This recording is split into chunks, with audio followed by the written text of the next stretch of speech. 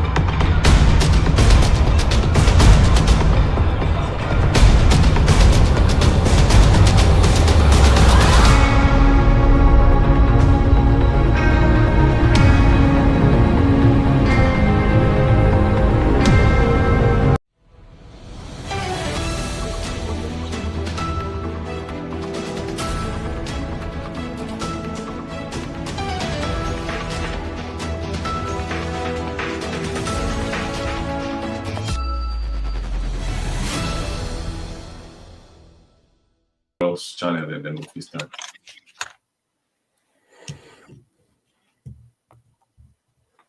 We've come here to tell the United Nations that the land they mortgaged to Cameroon will be recaptured by the brilliant people of Ambazonia. Right. Yes. That the complicity they had with the United Kingdom will be dampened. That your spirit, the indomitable spirit that has led you from your homes right here to this plaza, will not be extinguished by the banality of evil installed in our homeland.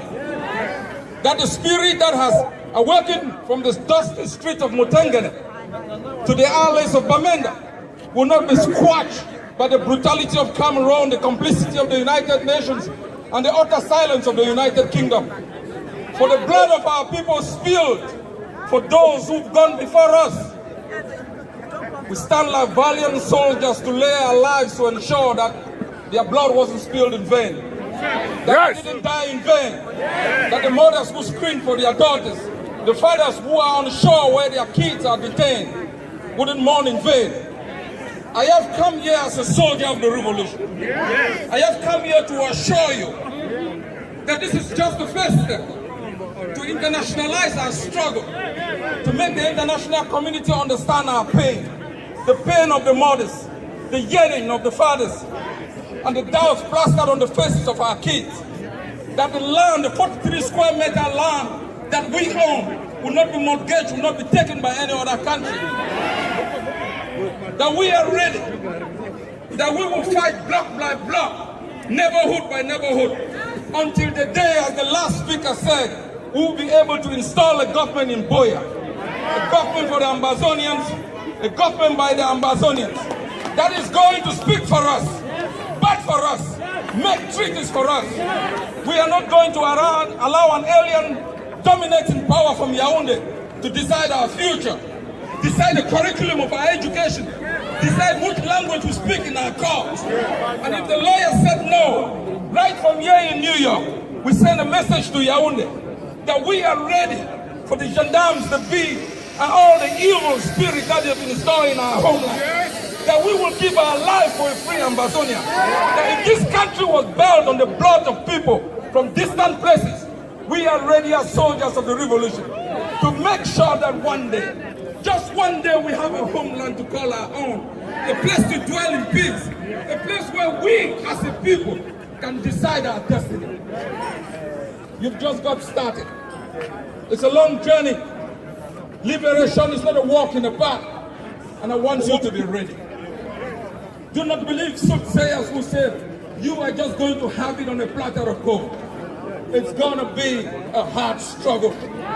But the footprints you leave here today will be followed by those after us. They will know we were here. They will know we fought for them. They will know we died for them. They will know we did our part. And so they will use the same road map to be able to inhabit a free country. If that's the only thing we can give our children, let's do it for Mother Ambazonia.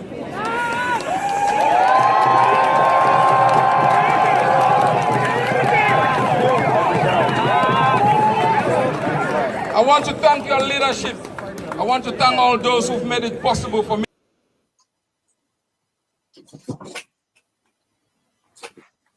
Fellow Ambazonians, good morning, good afternoon, good evening across the globe. This is Ambazonia Geopolitical Analysis.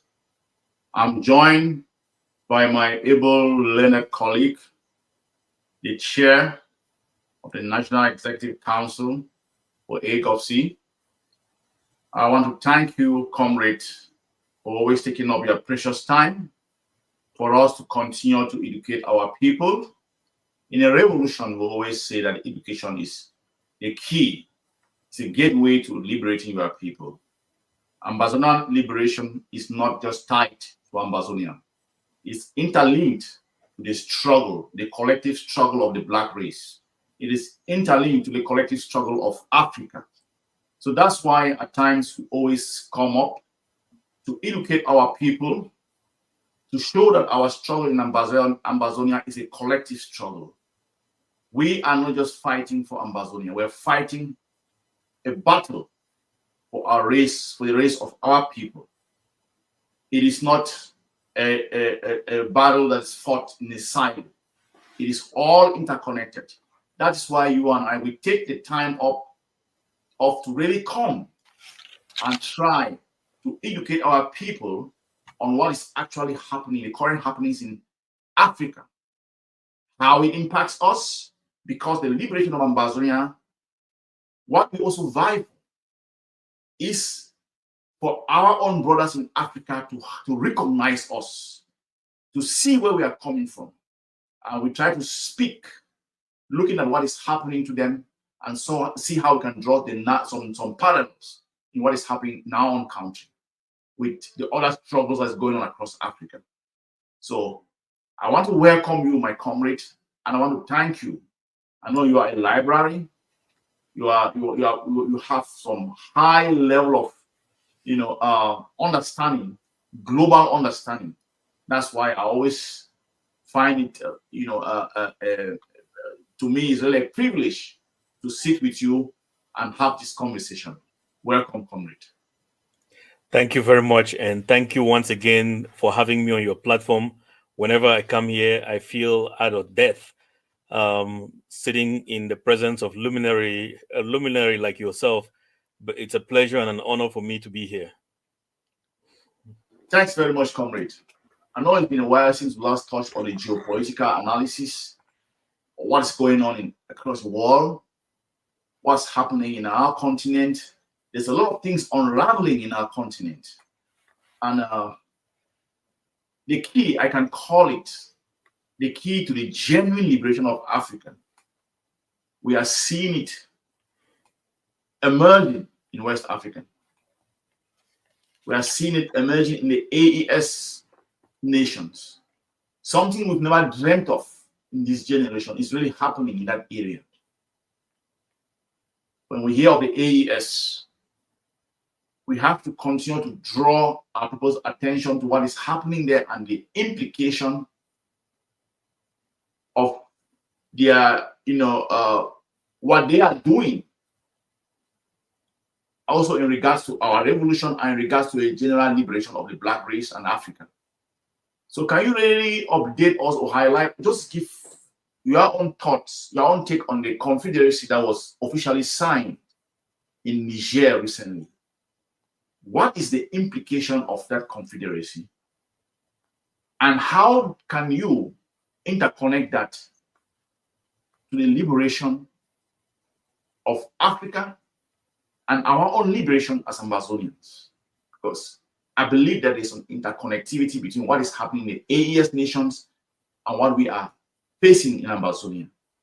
So I want to leave the floor open to you to talk more about the confederacy, the implications of the confederacy, what it means, and also the reaction of ECOWAS, the so-called ECOWAS, the Western tool meant to oppress and uphold the status quo of,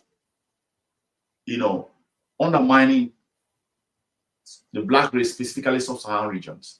So let me leave it open to you. What is the confederacy and what does it mean?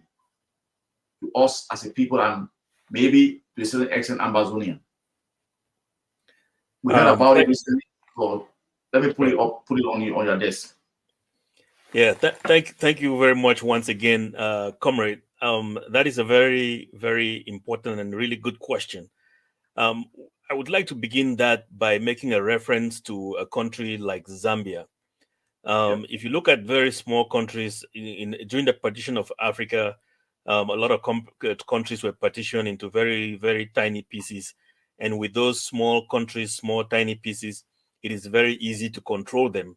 A country like the United States having discussions with the president, or a country like Zambia, Togo, you can see people have referred to that as people boxing below their weight. So, having said that about the country of Zambia, the West Zambia produces a lot of bauxite and lithium. The West had promised Zambia the creation of a railway for the longest time. Now, the railway was to go through Angola and then exit onto the Atlantic Ocean, in which they would then collect all these resources and move it to the West. But that had generally not happened for a very long time. Now China came in and was looking to building that railway, had contracts signed, and then the West went back and tried to make promises which they had not previously kept. The reason I'm bringing that up is, if you look at these small countries, it is very easy for them to come in and fool them or build military presence so they can overlook or threaten other small countries. This became the impetus for what I think had been advised by the Russians, who had been advising these countries from Mali, Niger, and Burkina Faso. These are countries that have decided to take their destiny into their hands. Other countries that may have wanted to do that, I'm sure that would have had the support, especially countries like Ethiopia would have had the support of the Russians, or even the Chinese. So I'm sure the Russians advised them that I'm saying that the Russians, just because the Russians now have some military advisory presence in these countries, providing technical support, military technical support. They're advising them on the use of some of the weapons that these countries have purchased from the Russians. Now, they went on and created this. They signed this Liptako Goma, which is the agreement that binds the three countries together in order to be able to protect themselves from any major military incursion. These happened especially during the time when the General Chani of Niger had just taken power and was getting threatened by ECOWAS. So by bringing these countries together, advised probably by Russia, it was important to do so to give the countries strength, in order, because fighting by themselves, individually by themselves, it would have been difficult. So a president like the president of thank you for that. A president like the president of Burkina Faso, Ibrahim Traore, went out and spoke very openly and pronounced the fact that any attack on Niger at the time was an attack on all of them. So by giving them that strength, together with this military support that the Russians had provided at the time, gave them some level of power to be able to withstand any kind of onslaught that would have come to Niger. Niger was most important to them at the time, just simply because of the importance that Niger, the role that Niger plays in France by providing electricity. They refused to acknowledge it, but more than a third of French uranium was coming from Niger. There are several different extraction grounds within Niger, some of which they've already emptied and closed because the resources on the uranium in that area has already been removed. So that tells you just how much of uranium or resources they were getting from Niger. That explains the bigger reason why they were not willing to just let go of Niger. And even all the way through to today, you ask about implications. All the way through to today, the situation remains very tense, even though these countries are struggling to get on their feet. As you're aware, a lot of the people that have from Gaddafi that have tried to get out of the control of the West, they have either witnessed leadership changes, like a change of presidents through coups or direct outright attack. You have a situation which we'll get into shortly regarding Haiti, where if they send out mercenaries to come in and take out an elected president, um, whenever those situations do come up and they do not agree with you, when I say they, in this case, I'm referring to the hegemon. Yes. When the hegemon does not agree with you, then they look for all means to either destabilize. If destabilization is not going very fast, they use your opponents and sometimes even arm them against you, and then create military coups. So the situation there remains very tenuous in terms of the fact that the hegemon hasn't given up yet, even though they were kicked out of Mali and Niger very recently. They did not leave. They moved their resources over to Ivory Coast. So when your enemy moves closer to your neighborhood, it doesn't mean they've given up on you yet. So there are still situations where somebody like Ibrahim Traore has gone through over 13, 14 Attempted attempted assassinations. assassination. Thank you. So which still remains very tenuous. Now, having said that, nevertheless, they continue to build their capacity, because first, you can't really, in a situation in countries like this and in situations like this, you cannot really build your economy when you're under threat of invasion at all times. Yeah. So the focus, even though they're doing other things right now, but the focus has remained to strengthen their military, strengthen their to build a security apparatus that will be able to protect them, to allow this community to grow economically, because by providing that security structure, then the economy can be able to take off without the fear of foreign invasion. Now, the other aspect of this too is that it has given, previously you had an army like that of the United States and most European armies that were being looked at as almost as being invisible, like nobody could touch them. If you look at the US military right now, they formed this whole coalition of I forget the name, that went to the Mediterranean and also were trying to prevent the Houthis from. You're talking about progressive coalition of what? Something of that sort, you know. Yes. Fancy words that they use to commit crimes. You know, they have not been able to even to be able to defeat the Houthis. So, and what the Houthis recently had done was one of the ships among their battle fleet, the General Eisenhower, was hit, but they refused. They did not. They just turned around. They turned the ship around and left without really acknowledging the fact that it had. And then the West went mute on that. Went mute on it. So all of that is to say that it has these brothers, these leaders, have given other, not just African leaders, but other individuals or presidents of other countries, that they can really do this. They can fight back. And you've seen this going on across the globe, in which other countries have started to resist the hegemon, knowing that the hegemon at this time, it's mostly a backing dog. So with that said, there is also a bigger picture that is happening, not just within that region, but it goes beyond.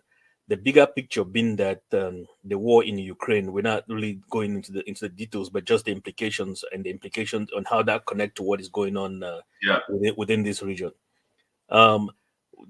It was apparent that at some point you cannot be the sole authority in the world forever.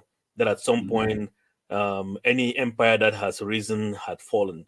You had the Ottoman Empire at one point. You had the Roman Empire at one point. You even had the British Empire, where they said the sun never sets in the British Empire. That too disappeared. So now you have the American Empire. So there is hope here among what these three generals are doing in terms of this, in the terms of the fact that Europe right now has focused its resources a lot within what is going on between Ukraine and Russia, resources in terms of military resources. And that has gone on to weaken Europe economically, because all of the trade that they used to do, the cheap oil that they used to get from Russia is no longer coming due to all the sanctions that they sanctioned themselves. And because of that, that has weakened Europe. And the hegemon in itself, the leader of it has become weak itself. So with that, it has permitted these entities, these countries, to begin to lay the foundation for what could become a bigger, because by them setting up this confederacy against ECOWAS, they've proven that you can actually speak against the West and or even go against them to try to build your own economy, build your country, and still be successful at it. So let me speak a little bit about ECOWAS. Yes, ECOWAS, yes.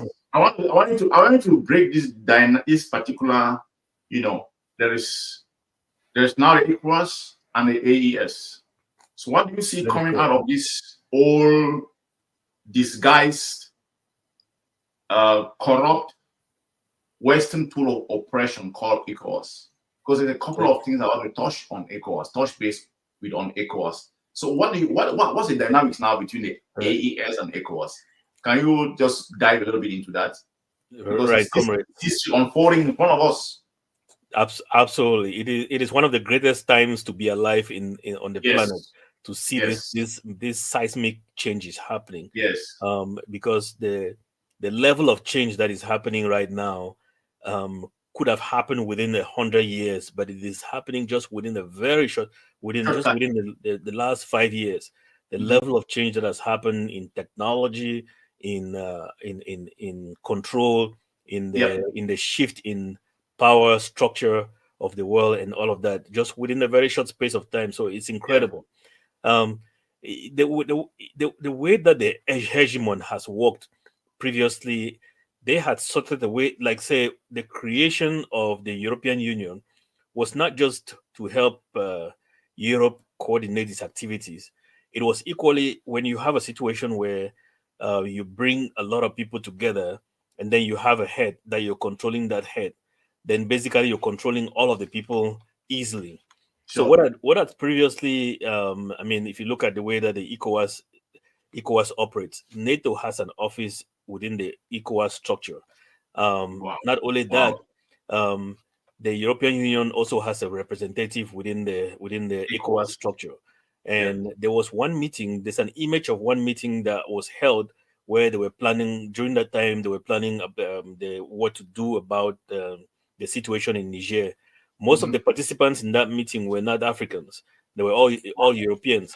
That tells you who is behind the scenes pushing these buttons. Now, I wanted to set the stage for that first, so that way we get a clear understanding of the fact that ECOWAS is just the name, umbrella name, but the individuals that are behind the scenes setting the agenda, setting the objectives of ECOWAS, are not necessarily people that look like you and I. They are mostly the African presidents that are members of the leaders of ECOWAS have individuals behind them that are pushing a particular set of agenda. So by them using the umbrella organization of ECOWAS, it was very easy to control all this huge territory of more than 14 states, including perhaps Nigeria and Ghana, so about 16 states. Controlling 16 states under the umbrella of ECOWAS. So it was very easy for them. And besides that, sorry, I'm not cutting out. That is one of the biggest global resource basket. Exactly. West Africa. Yeah. Exactly. And especially this whole region. Yeah. All of these countries have some aspects of very, very highly strategic resources, highly demanded strategic resources, like perhaps even gold and cocoa. Also, the best cocoa in the world comes from West Africa. Exactly. Yeah, exactly. The best cocoa in the world. They grow cocoa in Latin America, but the quality of cocoa in the world, the best quality, that's been hijacked and conserved and dominated by the West. Everything goes to the West. Is in West Africa. Yeah, Our territory, not even like Cameroon, our territory, we produce about 4 to 5% of cocoa globally. Nigeria, Ivory Coast, Ghana. That's the best cocoa bean in the world comes from this region. And all is in the hands of under the ECOWAS umbrella. Mm-hmm. And some of these countries, they were told that they couldn't grow certain types of plants just because of the fact that they were located in the tropics. Yes, and yeah, they were looking. And then, for instance, now we hear right in they are growing grapes, they are growing apple, they are growing wheat, but those were things that we were told that could never grow in our region. You get it? That's how rich, abundantly rich we are. You get it? Exactly. That's why they come and they hold. I mean, the truth is this: some of these things that we talk about, though under the context of Ambazonia, if you don't have a literate and educated population, they will not understand what is actually happening. They won't see the danger from afar. They'll keep on playing on the mindset that they have set, the struggle they have set, for you to keep on operating a particular silo. Meanwhile, the danger is coming from afar. You can't see it from afar. Sorry for interrupting you. Just close to your topic on we're on the issue of AES and ECOWAS. ECOWAS, yeah. No worries at all. Please chime in each time, because there is a lot of information that we might miss, some that are very pertinent to this conversation, and it is always good for our people to be aware. So going back to ECOWAS, that is how their structure was, and they were basically a tool of the hegemon to continue to control the African people, especially that region. Not just that region, but generally the African people. Now you had a situation where these other countries, Mali, Mali, Niger, and am I missing Burkina Faso? Yeah. So you had a situation where they had basically created a coup d'etat, and because they had the support of their people, they were successful at it, and they still have tremendous support. I mean, I could say that the support that overwhelming support, yes, overwhelming support from their people. They have been given the mandate in that regard to continue to do what they are doing. Now they created an organization between themselves, not just for the Confederacy, but to be, it's very difficult for you to touch on the aspect of monetary union that is separate from the CFA. So what I've noticed is that they haven't touched on that aspect yet. Maybe they're working on it. But I'm thinking that what is probably going to happen, that it would be some form of them incorporating themselves into what BRICS brings.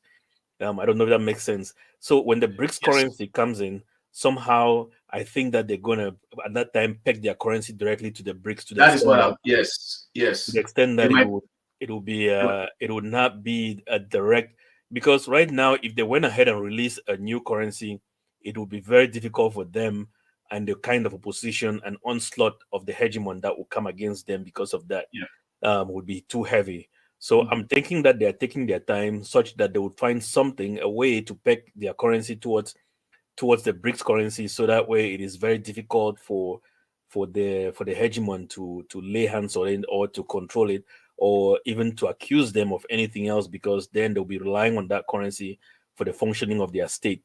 Let's still keep on educating our people. This is the same thing that happened to Togo. When Togo refused to be a part of the CFA franc, what did France do?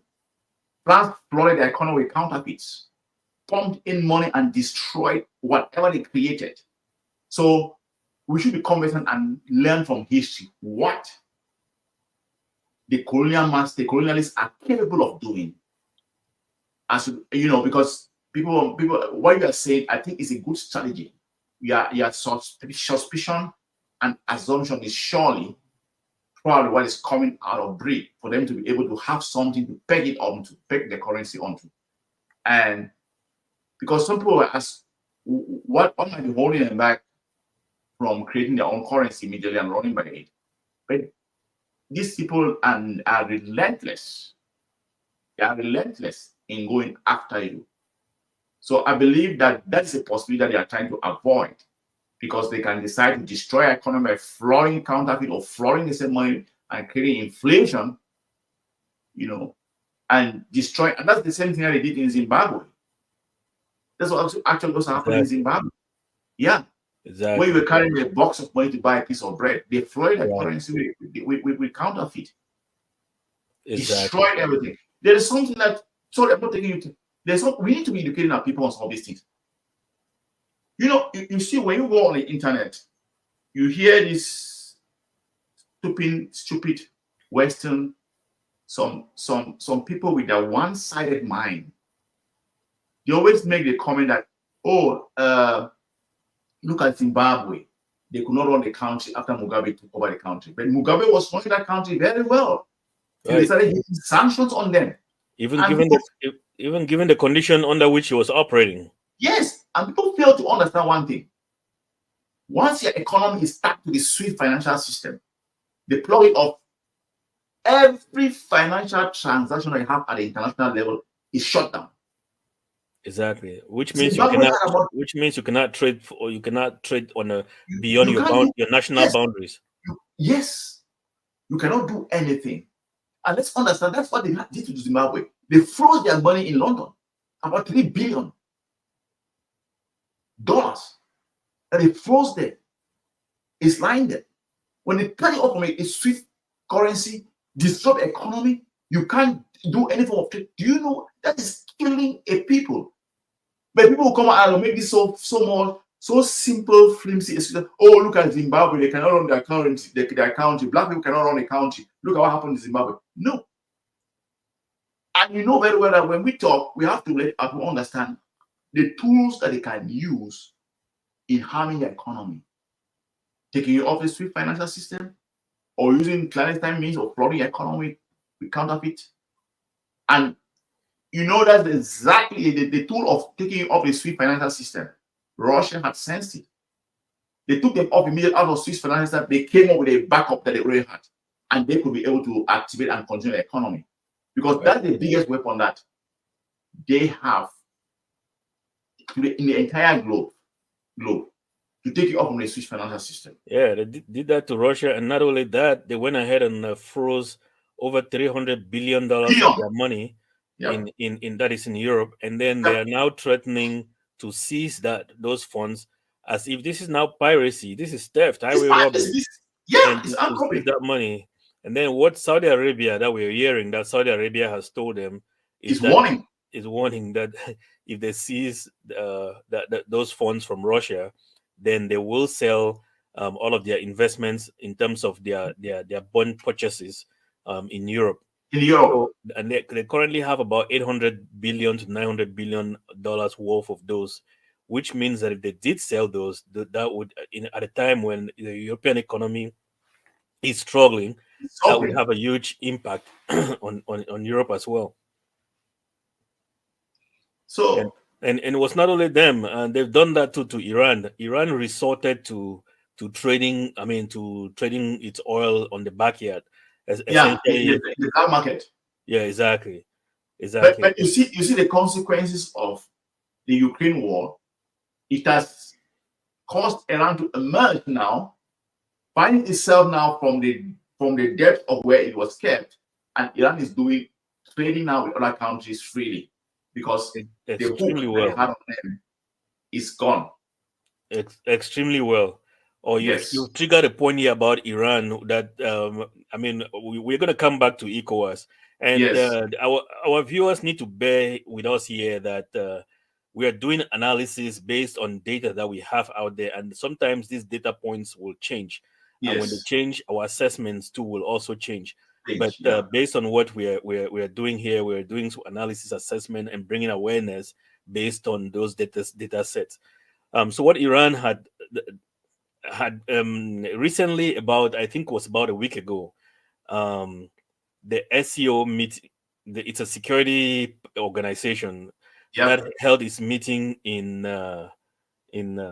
somewhere in Russia. I forget the name of that city. So Iran is a part of that pack. Turkey is a member. Russia obviously is a member. India is a member, and you have. So what the reason for which these guys had come together, that this was formed somewhere around, I think, 2001, the SEO organization. So they had noticed that, if you remember, when Russia had basically in 1991, when Russia was basically damaged, they were removed from the Swiss system and all of that, they collapsed. The USSR collapsed, and Dick Cheney at the time sent a representative. He was a member. Dick Cheney was a vice president of the United States. For some of those that don't remember, he was at the time an executive in Halliburton, and sent it. They knew that around the area in Kazakhstan, there was a huge deposit of oil, even larger than what we find in Saudi Arabia. So they sent individuals, representatives from Halliburton, to go investigate over there, and they went there. They looked at it. They did all the feasibility studies. So what they end up doing is they created. That is when they reach out to Saudi Arabia. Saudi Arabia reaches out to Bin Laden, and Bin Laden then they created this company, which Bin Laden supplied the Mujahideen. Mujahideen,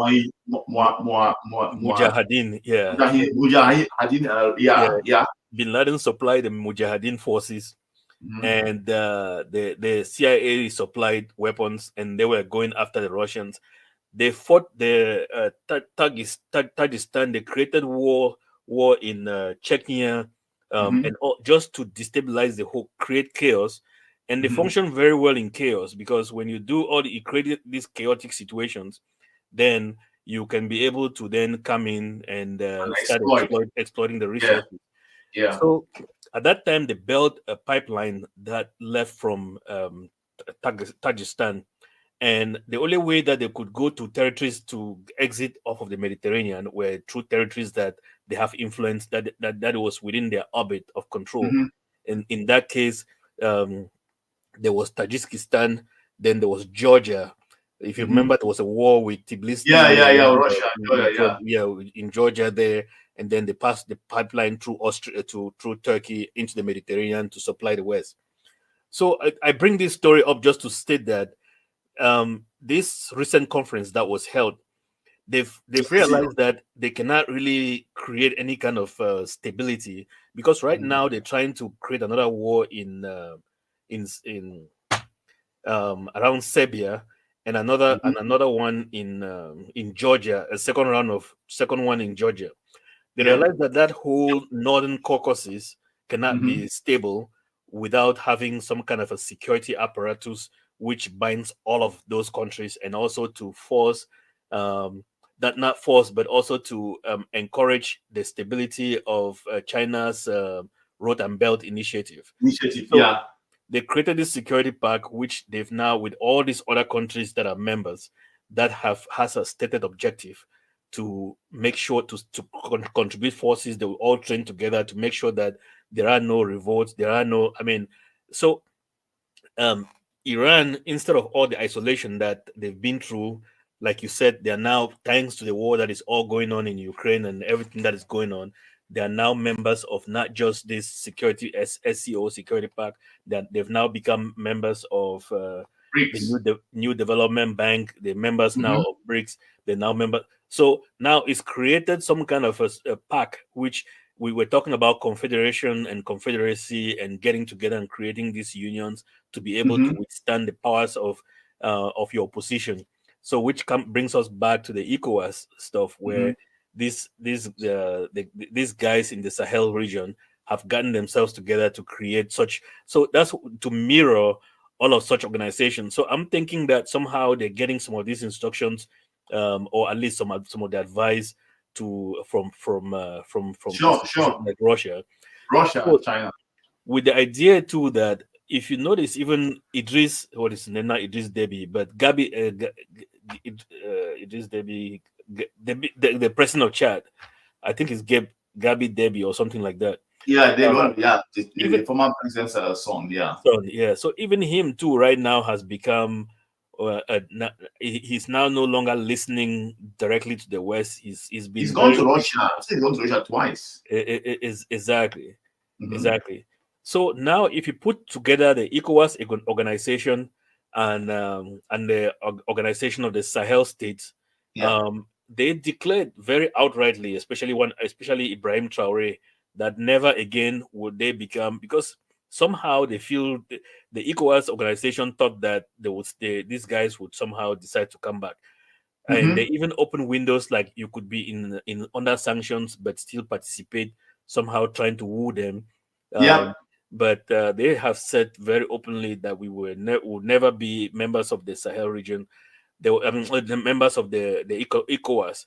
There was also an organization that was known as the JSENG, which is the G5, which was Yeah. made up Yeah. of the Yeah. three Yeah. of Yeah. them together with Chad, which was under the French tutelage.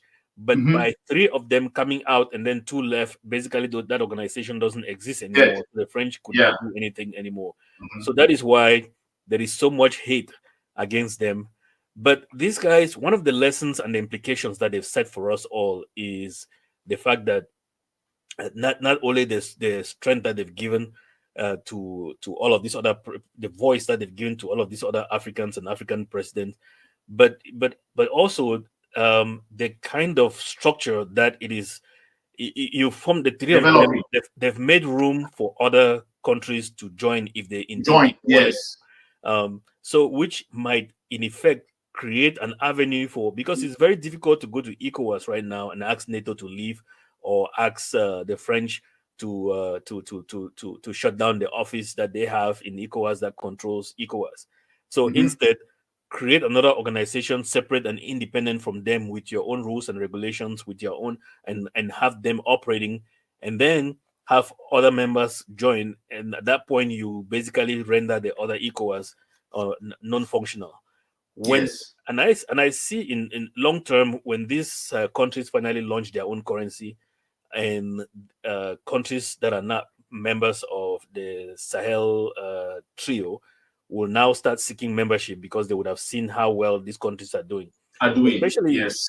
comrade, you can even speak to this. You saw the vision that someone like Traore was setting for his country, and even acknowledge the fact that right now we do not have the money to fund some of the road constructions, but then the little that we have, we're going to make sure that there is every road that links all of our territory, all of our regions together. So Yeah. that is just the basis for a start. And Yeah. You know, he said something. He said recently, just touching on that. He said, "Can you imagine countries? Can you imagine that these Sahel countries were facing all this high level of terrorism? There are countries, multinational from the West, exploiting their resources. And when he asked those countries that I need weapons, I'm buying it, I'm not begging, they refuse to give him weapons, weakening his military strength, because but you don't know where those jihadists and those terrorists are getting weapons from, heavy weapons. They even outpower the national military, but then they have people, Westerners, exploiting their resources and taking them for free. He said recently he is going to shut down nearly all those people and send them out of the country and take over those resources, because it's theirs and it's meant for the Burkina people. And that's where he's going to generate the wealth to run his country. He said it openly. And he went ahead and said that he knows for sure that, recently, I think this is not IMF, his World Bank approached him to give him loans to run some of his projects. He refused. He said, "No, I don't need it. We will generate the money in our own way, in our own form.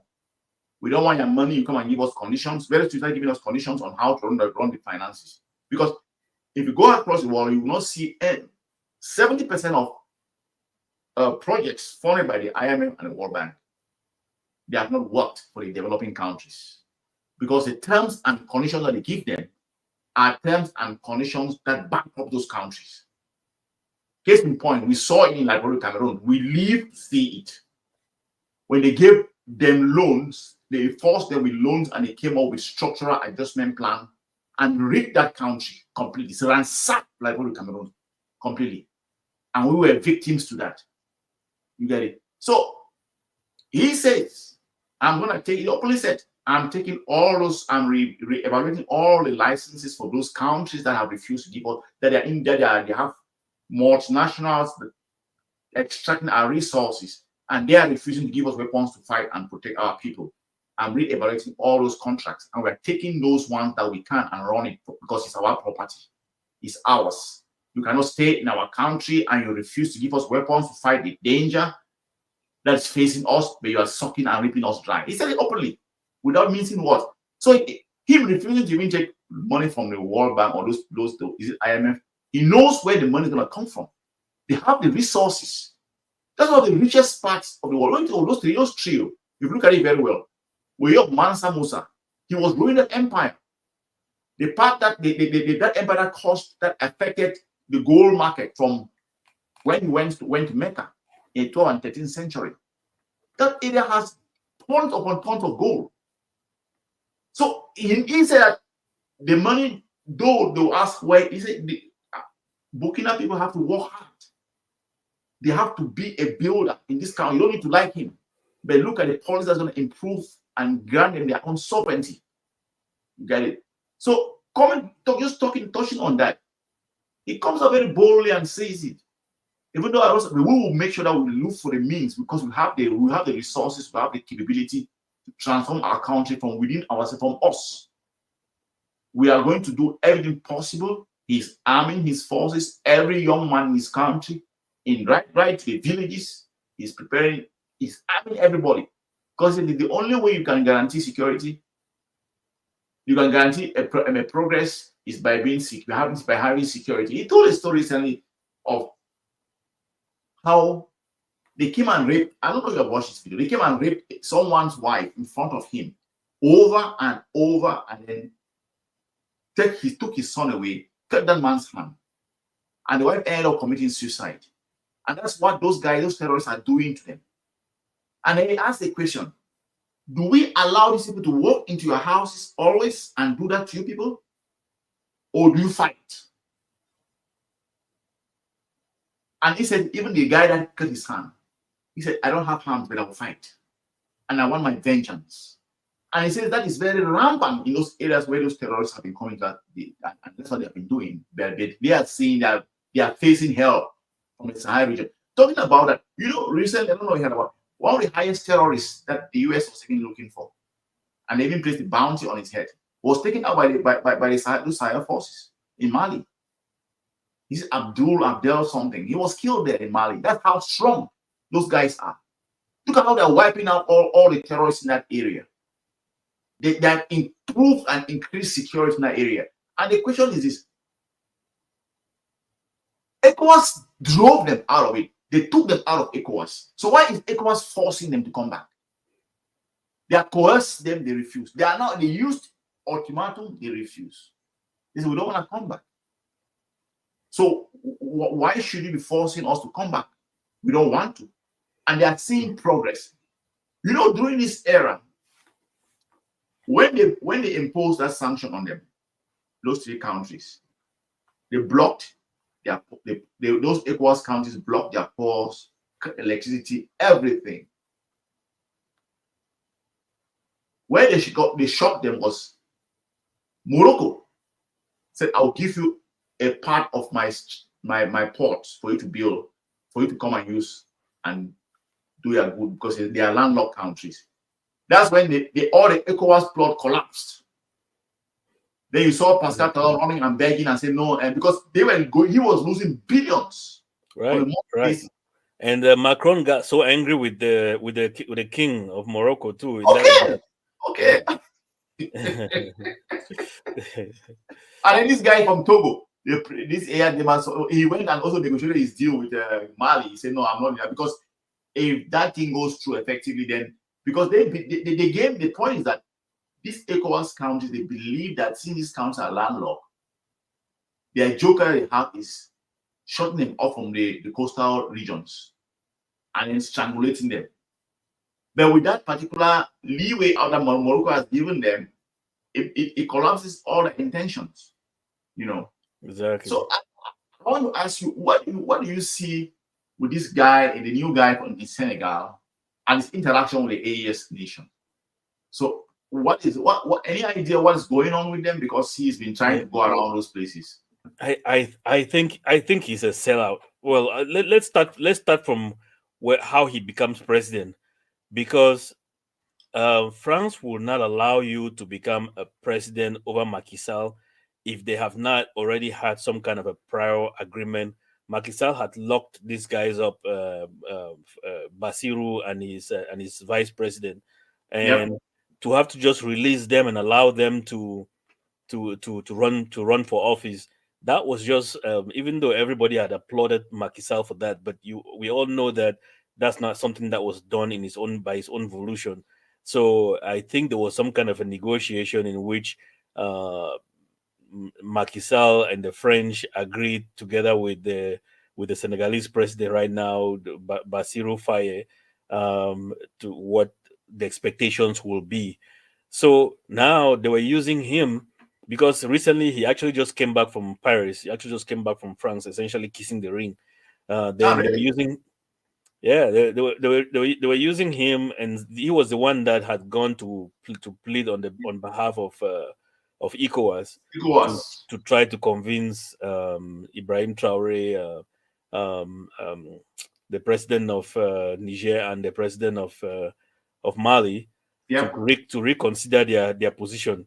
Because if you remember, in the last speech that Ibrahim Traore provided, he actually was talking about how they're using some house slaves right now to come and plead for them to he said that to join. I mean, in as much as there is an understanding of these are young African leaders that I think that have a general understanding among themselves, and they do, but for the sake of country, they can't just sell out. And I believe that genuinely the president of Senegal wanted them to come and join ECOWAS, and he's looking for a way that they can together try to reform ECOWAS. But you cannot reform an organization that is under the grip of the hegemon. The hegemon has never been one to just let go or to make compromises. Because making compromises, they see it as a path towards them relinquishing their control. So even though he had said that if they tried that and it did not work, then they too were going to withdraw and actually look into creating a currency. But I still think that was a statement in line with what Ruto says, where basically you present one picture and then you do something in the contrary. So interesting. You make a very good point. I tend to believe that there was an understanding for those guys because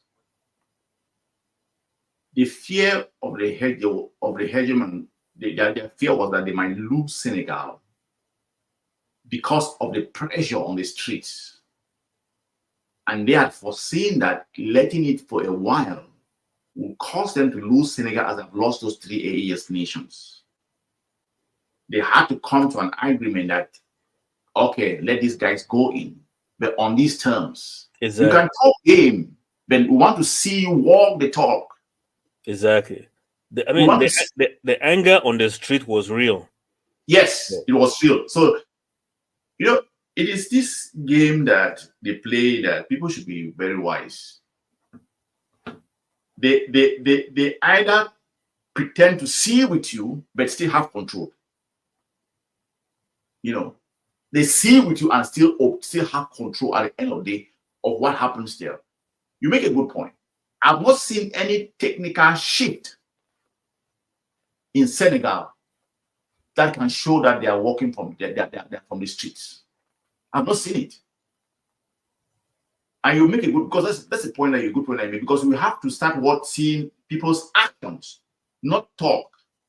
You can talk a good talk, but your action is telling you something else. So you trying to even call these guys out, because there are two of them in West Africa that you see how they have They have tamed them. Mamadou Doumbouya, you don't hear much about him. He's been emasculated. You don't see him being. I was expecting that this AES was supposed to extend into Gambia, but that was a controlled takeover. You know, he was trained by US forces. He was trained by US forces, Yes, married to a French gendarme or captain or colonel or what. His wife is from the French military. You get it? So those are lost causes. You don't see them acting on behalf of their people from the way they came in. I thought Doumbouya was supposed to be a part of this AES, but he shocks me, you know. And then you see these young guys in Senegal, they are talking the good game, but you don't see drastic action, because they should not be naive to understand what ECOWAS is about. They should not be naive. Then you're trying to pull these guys back into ECOWAS. If you want to be something and be for the people, join the AES, because that's an organic organization from the people, not being controlled from outside. Like you rightfully said, they had used ECOWAS as a bulldog in attacking anybody that wants to go against the hegemon or go against the play script. Yeah, look at what happened in Gambia. Yeah, with the previous president. They used ECOWAS to take it to remove him from office. Jesse. Yeah. The same thing they were trying to do with Niger, and even if Mali and Burkina Faso had not stand, and they meant business. That's what would have happened. So we should be looking at what you're right. When you tell me that you don't, I mean, these guys are people not. It's good to, take a closer look at them, and you don't think that they are talking the game. They can talk the game, but they're not acting. Those guys from Senegal, much talk. Okay, let's before we see two dynamics occurring in West Africa: the AES that are for their people, and we have ECOWAS that is a tool utilized by the West to continue to suppress us and get right deep into the skin of exploiting our resources. And we know for sure that the sneaky, creepy French people are still loitering around the other Francophone countries, figuring out how to continue to destabilize the AES nations. That's fact. That's a fact. We'll continue to see how things develop and unfold. And we've been talking about Pan-Africanism. I think these three guys are the epicenter of Pan-Africanism in Africa in the modern era. Other nations should clap in and fall and continue to build a confederacy. We've been talking about Pan-Africanism. This is the real point of Pan-Africanism, because it is an organic one from within Africans, not control from outside. They are forging a pathway to their destiny. We'll continue to follow the development and see what is happening. Absolutely. And can you imagine, before we pivot to another subject, can you imagine what would happen if all of the Sahel countries, from Mauritania all the way to the other end to Chad, and then across to Sudan, and then Somalia, all across, because the Sahel region actually starts all the way from like the Somalia area and comes all the way to Mauritania on the other end.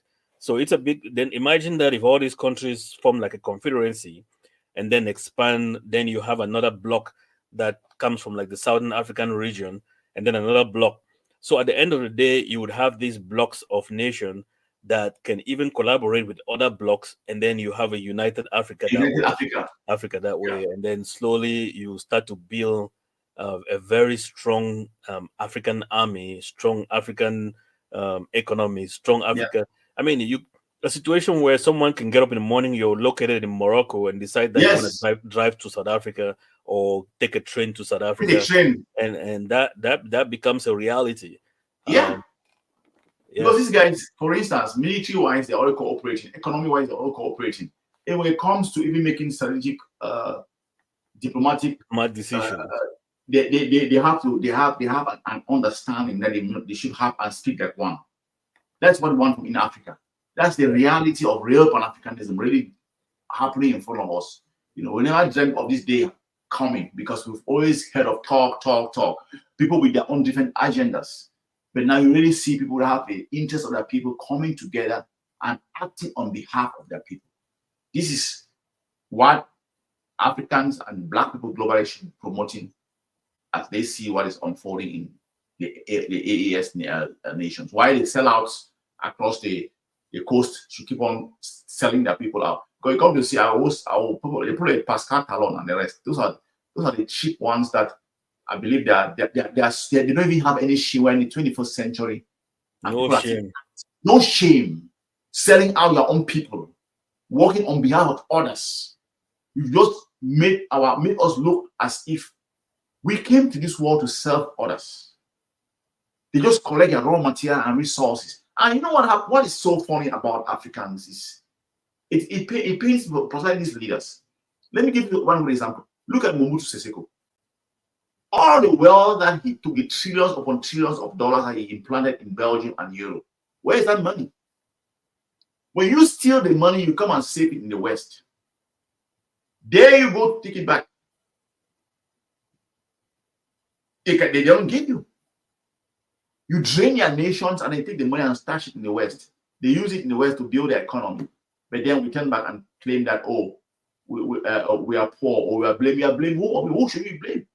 That's what they've been using all these their puppets and slave boys, and that's what they've been doing to Africa.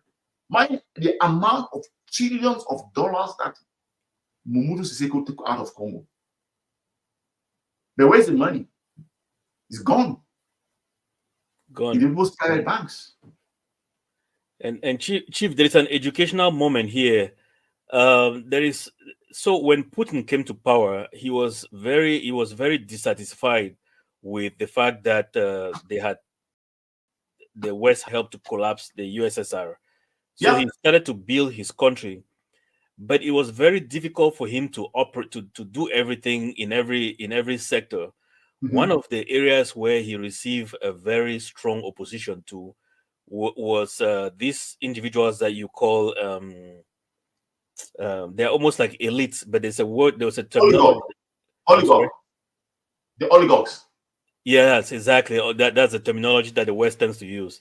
So it was very difficult to go to really control them, because they had a lot of money and they could wield power at will.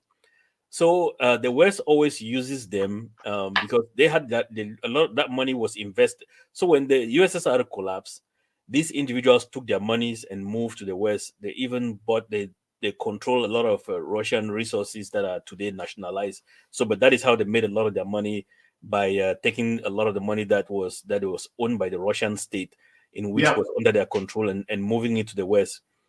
So they used those finances to influence events in Russia. So they were like almost like the untouchables inside Russia.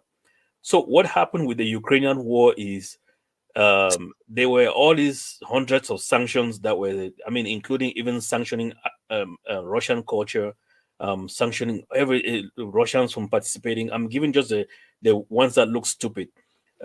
Sanctioning Russians from participating in the Olympics and things like that. Sanctioning Russian books and prominent. It's almost like you sanction Shakespeare. So sanctioning prominent Russians that have been at the level of Shakespeare. Thinking of Russian monuments in the European nations that fought for the liberation of Europe. Exactly. So when these individuals were equally, because those sanctions is equally impacted them. So, but before the sanctions could go into effect, they pull out all of their resources and all of their monies from the West and took it back into Russia. Mm-hmm. So what has happened now is that Russia has become so liquid.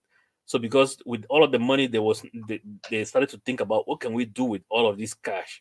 So then they started to invest that money in Russia. Now, in the last 2 years, the Russian economy has grown for more than 2% in growth. Meanwhile, European economies have it's 5%. They're projecting 7% growth by the end of the year. In this year, exactly, and going into next. Exactly. Even though all the sanctions, the most sanctioned nation in the world. You know what, comrade. So let me quickly just drop this, comrade. Then you go to the conclusion of what I was trying to say here is that these African leaders that are stealing this money and putting it into Europe, this is opportunity cost, money that would have been invested in their country and growing Yes. their economy. So Yes. what we're noticing with Russia right now is the growth that such capital influx has brought. Yeah. So by these leaders now bringing in back all those monies that they stashed in Western economies, it could make a significant impact if you really do love your country. So yeah, Yeah. sorry, you go ahead. I thought No, sorry. I was just saying that I think our next life will be the implications of the Russia-Ukraine war on a global scale. We'll work on that and come and really talk on that particular topic. It's a whole topic of its own. That's a whole beast of its own. What the ramifications of this war, how it has the psychological, economic, military shake-ups that has taken place globally, from the Far East right to Latin America. We'll handle that topic on its own in our next outing. Okay, going back to before we going back to where digress, let's go back to our topic of discussion now. We move now to, there's one key person I wanted to talk about. We've seen things unfolding in Kenya. I want us to talk about the man who speaks game but does the total opposite. What can you say about Ruto's president, Kenya, and Ruto's presidency? How has that positively or negatively impacted the liberation of Africa? I first go from liberation, not talk about economy, the liberation of Africa. What has his presidency, how has his presidency impacted African nations? Because there are alterations that people make that has a consequence. So how do you see his presidency? What can you say about Ruto? Yeah, yes, sir. That's a great question, and Chief. Mm-hmm. Let's look at the background for which he came to power. When Uhuru Kenyatta, his term of office was over, Mm-hmm. and this guy had always wanted power. I mean, Ruto, he's always. I mean, he went from I think was a teacher at one point to parliament, and then from parliament he was a vice president for a very long time, and then before becoming president. So during when he came to power, one of the things that happened right before the start of his presidency, he did something. I mean, by going to Europe and telling them on the first of all, we should understand that a lot of these guys, it seems that there is a huge power that is behind the scenes. I'm trying to not become what is the word that is generally used here, that you talk about something that just sounds out of the ordinary or even crazy.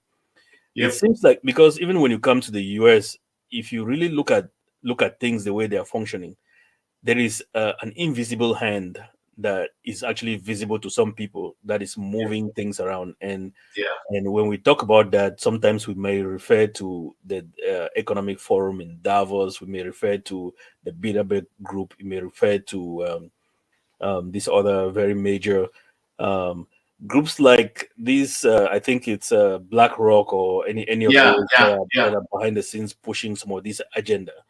So that it looks like they tend to select people that will come in next to try to run and give them an agenda. Then you see Ruto comes in and he speaks against the things that, I mean, the background of his coming in, there is COVID that happens. And during COVID, there is lockdown. So business is not really working. Business is not, the economic machinery is not moving. So a lot of this economic stagnation. So with that economic stagnation, you have a situation where they face liquidity problems, so they had to borrow significantly from the IMF and also from the World Bank. And when they did borrow, those did not necessarily come with a huge number of conditions, because those were under some COVID protected kind of borrowing at the time, because so many of the Western countries did it as well. And not just that. So after COVID, a lot of economies were then struggling to, so they had to do what they call deficit spending. to try to jumpstart their economy. So that borrowing even continued. So he comes in, and instead of trying to reduce the debt, at this time, it looks like he first of all, he's speaking in both sides of his mouth. Yep. We first thought that this was a huge, given the way that he spoke against the hegemon, and Western hegemony. We thought maybe Kenya had finally liberated itself, and then all of Yep. a sudden, you start to watch the policies that he starts to put in place. You have a situation where the president comes in and has an agreement with the IMF, and that agreement basically, like you spoke very eloquently previously on this subject matter regarding the terms that the IMF would usually put on you, where you have I mean, it is, every country should know this, where basically they give you this loan, they propose this structural adjustment program, which includes the privatization of your state-owned resources, and those state-owned resources, they bring in these Western companies to then own those previously, to buy them, because now you've privatized them. When Yep. they buy them, then they now gain control of your economy, because Yep. now, if you look at what happened, you gave the example of what happened in Cameroon. They privatized the electrical grid, Yeah. so which was now owned by some company called Oneo or something like that. Yeah. And they privatized their water supply to another CDC foreign company. CDC is not even something that we own. So they privatize all those companies. So the Western companies now come in, they own the major strategic resources of the country, Yeah. basically. So they push you to kind of implement all these other kind of rules that would then strangulate your economy, because Yeah. the Kenyans went out to protest. There were taxes that were levied on bread, which was previously not up to like 25%. Taxes were levied on women's sanitary supplies. Yeah. Taxes were levied Diapers. on diapers, and all kinds of minor. We're not even talking about the major issues. So this was School fees was up. and exactly. So anyone looking at this from the outside would know that this was meant to strangulate the economy. And by when they come in and they strangulate your economy, now that you're now under their yoke. I mean, then he goes on. All these austerity measures that they were tying Kenya on was they borrowed money from IMF. Even World Bank. But can you imagine when two predators, they are going around and having these predatory monetary policies in the world? When World Bank saw what they were doing, they warned Kenya that what IMF is doing to you is not going to end out well. A couple of years back, they warned Kenya. And you see, the point is this. As one of I always call them prophets, Dr. Arikana, she said, you give your own kind loans at the 1% level. You come to Africa, you give them loans at 15, 20, 25%. Then you sit back and watch, knowing fully well that they're going to default on those loans, or they're going to pay just the interest. They can't pay off the loan. You watch them as they struggle. Then the moment that it's like they are going on default, you come in now and you hammer the austerity measures, telling them that you have to restructure, you have to do this, you have to do that, you have to put. That's what happened in Kenya. And you see, they strangulated Ruto because I call it buck breaking. It's just like during the slave trade era, when in the plantations, a slave that is the strongest, for them to send a message through that plantation is to humiliate the slave, torture him, even rape the slave in front of the plantation, for the others to see, breaking them psychologically. That's the term I used to use. They used to use the term buck breaking. So what they're doing to Ruto is because he came out charging and he was talking the game that he was talking. but they knew where to grab him by the balls. So what you see happening to him is now, okay, it's time to pay up. And in addition to that, Kenya had been growing like about 4 or 5%. One of the fastest growing countries in Africa. In East Yep. Africa, he was the fastest growing country. So, and you and I talked about this at at one point or the other, where at any time when the hegemon sees you growing and knowing that you're going to be better, then they find a Yes. way. They find a way to bring you down. So I think in addition to what you said, in addition to try to put Ruto in his place, they were also trying. I mean, bring down the Zimbabwean economy, bring down the Kenyan economy, bring down. And at the end of the day, Africa will never really make progress. So it's a Yes. concerted agenda. It's an agenda. And Concerted. what he was saying, I believe what you see happening, for instance, you heard him coming out to even condemn the AAS guys. He condemned them when he knew that those guys were fighting for the heart and soul of the nation. He became a puppet. Yep. That's how he started taming him when he was hitting the wall stage and talking big. Now they started telling him that, look, no, you are going, we can default the economy. No, I mean, he even invited, that's one of the countries that I think this guy visited, the foreign secretary of Russia, the foreign minister of Russia, Lavrov.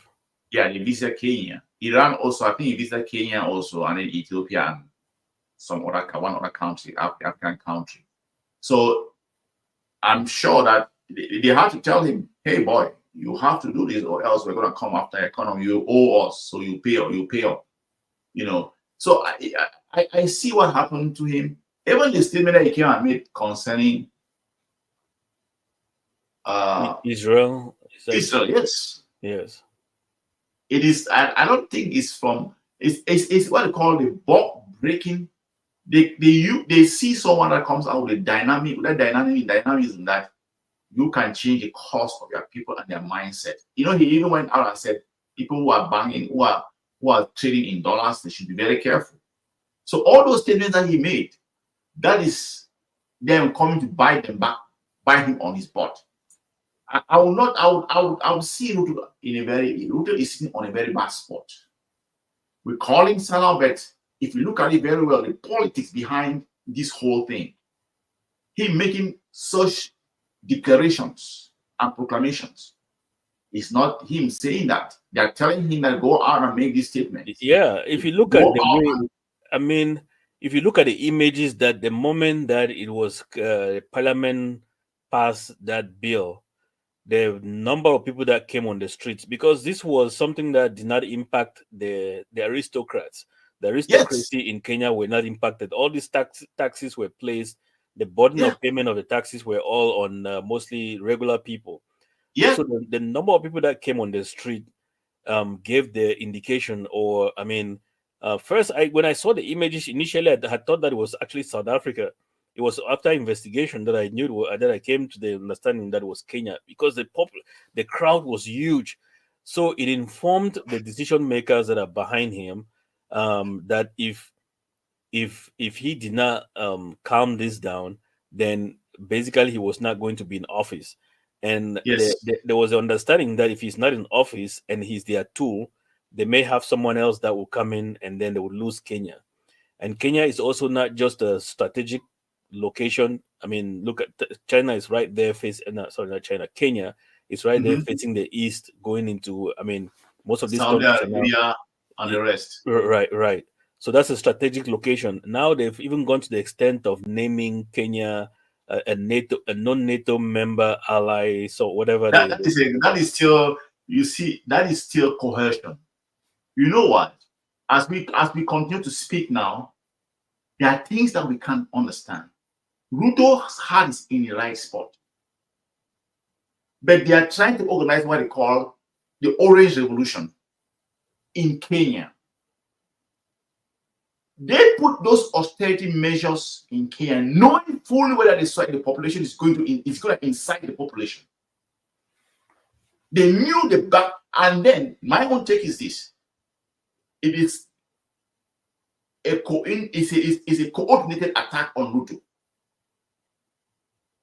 Ruto, because he was challenging it even in their forums, he was saying his mind. And he told them, the last economic forum I had in France, you cannot continue to do that to us. If you really want to, if you claim that you want to help us, take off all these loans. Some of those loans he inherited them. So my take, the way I'll analyze this is this: Ruto's heart is in the right place. They might call him, but I believe that his heart was in the right place when he came in. But knowing full well that they can collapse his government economically and default his economy, because it was also having a good relationship with China. You know, they have fast rails built by China. So they were like, you need to pay off this or you're going to default. They know he was going to default. But when they said all those indexes, economic indexes, they know how you're going to operate. Now, they push these austerity measures that you have to implement on these people, knowing that there will be a revolt. They go back and they sponsor that to take him out. Probably I think that there are terms that they might be pushing on him in Ruto, and Ruto is refusing. I mean, I will not deny anything that you've said. You can never trust this hegemon or the West. Look at what they go to Ukraine and they set Ukraine up against Russia. They go to Taiwan and they make Taiwan their friends, and they set Taiwan against China. Look at Sudan. They pretended that they had a revolution in Sudan. Exactly. But it was an orange revolution to put in their own person to control the nation. So this guy who was vice president of Sudan, now that you mentioned Sudan, chief, he was the leader who was in South Sudan burning villages and killing South Sudanese, and so basically he was their tool. And then they come in and then they negotiate a way that there was some kind of a power sharing in Sudan. Yeah. Then when the Sudanese president himself decided that no, this is not a good arrangement, let's have all of those forces, the rapid intervention forces that you have under your control. Let's integrate them into the government so the government can become under the control of the government. So now they use, I'm still trying to make the point that we're in Kenya, but then they use the forces or the intervention forces against the government forces, and now they put them together and then they're fighting each other. So you cannot don't forget one of their proxies, the Western proxies, United Arab Emirates. They have a lot of dirty hand in Africa. Absolutely. They're the conduit. We forget those hands. Oh, they are the money conduit. For all of them, they are the money conduit from UAE, taking down UAE and even Qatar. Yes. Yeah. So that's where all of the money moved from taking down Gaddafi. That's how all of the funding came through. Yep. So they used UAE in this case to create that chaos in Sudan. They used UAE to create that chaos in Sudan because this guy was RSF, the Rapid Forces. His allegiance is the UAE, and the UAE is a partner, a staunch partner of the West. So that's the proxy that they used. And because the government was negotiating a Russian military base to build a base and a port in Sudan. So when you look at this case in Kenya, it is because initially I was like, is Ruto a seller? But as you and I keep on talking, I'm beginning to realize that was a setup. They set it up because those measures that Ruto has imposed, Ruto put on the population was not Ruto's terms. It is the IMF terms, knowing fully whether it's going to lead to a revolt. But who are the ones sponsoring that revolt on the streets? Who are the ones engineering it? Look, if you go follow the money, look at the NGOs in that country. That's soft power. look at the NGOs and their role in the revolution in Kenya, you will see a hand in it. When you look at Sudan, it was the revolution policy took out Umar Bashir. Wasn't it a girl that led it? But who ended up controlling Sudan? Is it the people? No. That's the so-called the issue on the color revolution. I think Ruto was set up because those Australians had been told by the IMF that he has to come, and they know fully well that when he, it's just like let me give you an example. Look at how the cabals work. Look at how these jackals work. Do you know that every time in South Africa, when they press hard on land reforms, that's when xenophobia kicks up? It's hard now, I bet you. When the issue of land, 3 consecutive, I've monitored it and I've studied it 3 consecutive times. When the issue on land reform comes up, xenophobia attack starts. Who is stirring the pot? Yeah, there are some powerful forces on the ground there that I mean, like, look at right now, the African National Congress did not get enough votes to be able to form a government by themselves. So they ended up going an ally with the Democratic Alliance. The Democratic Alliance now, it's a very Western. Basically, they're located in the Western Cape. A lot of their support is in the Western Cape, which is a very Western foothold. They came to the US to raise funds. See that. So now you see a situation where basically slowly South Africa might be slowly they might use South Africans to then, how do I say that? They may use their control to control South Africa, just like get a puppet. If South Africa is not careful. And rob bricks from inside South Africa. Exactly. Because look at very good diplomats like Narendi Pandor, who was not even nominated as minister anymore, just because when they go to that power sharing structure in parliamentary democracy, when you have to, for me to be able to form a government, we have to negotiate that I'll give you this particular position post within the military, within the ministry, and then I'll take these other ones, and then you accept to form a government with me.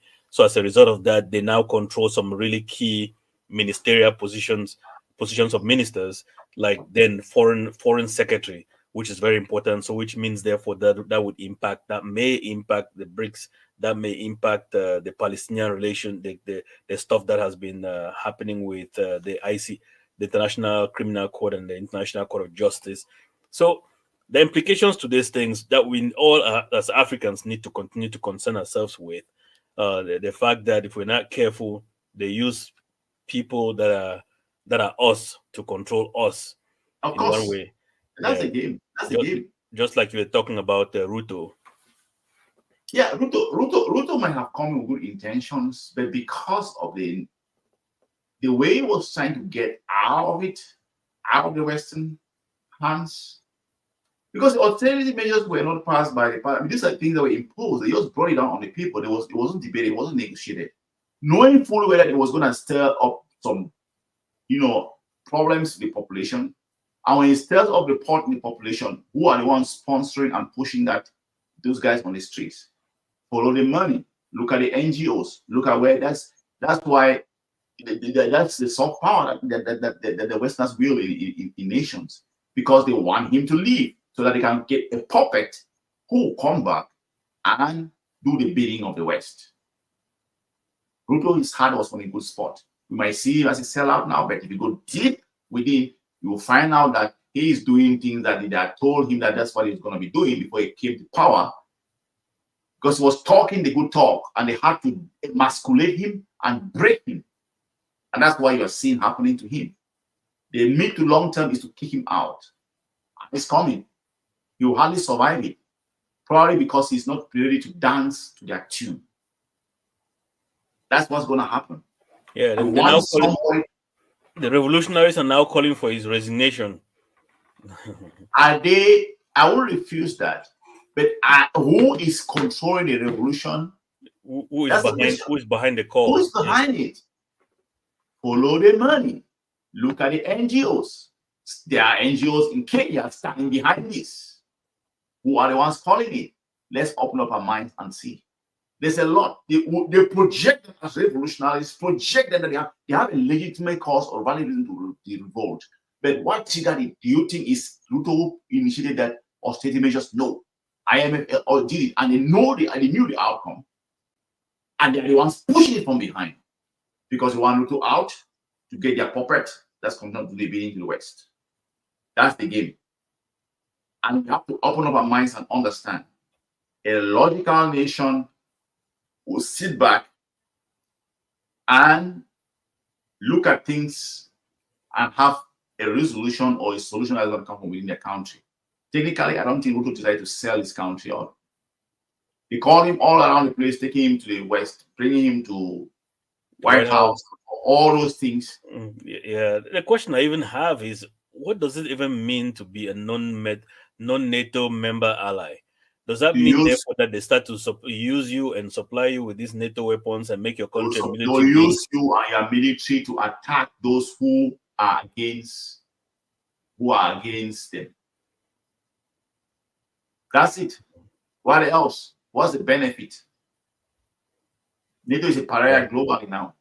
Because now they will start to send NATO forces to come and train, pretending to train your force, train you. They already do, yeah, but they'll use them for their own purpose. And for their own purpose, and then they come in, they build a military base there to be observing other African countries and become like spy agencies. There are British military bases in Kenya as we speak. There are British military bases in Kenya. How many African military bases are in any country in the world? You name it. You tell me. What do we need military bases in Africa for? How many of them are how many African military bases are out of Africa? And then you see all these things going on. We have to open up. When did ECOWAS send forces to fight the terrorists in Niger, in Burkina Faso, in Mali, Sahel? When? And why doesn't even Nigeria fight Boko Haram? That has been a problem on their territory for the longest time. They are putting force to go and move the president of another country, Niger, showing still where that ECOWAS is not African. It's not African. Let's be clear about that. And when you hear those guys holding their grass, they're not going back to ECOWAS. They know where they are coming from. They'll dissolve that nonsense. It doesn't serve Africans anything. We've gone to Kenya because I want us to dissect this issue on Kenya. Ruto, the IMF has used their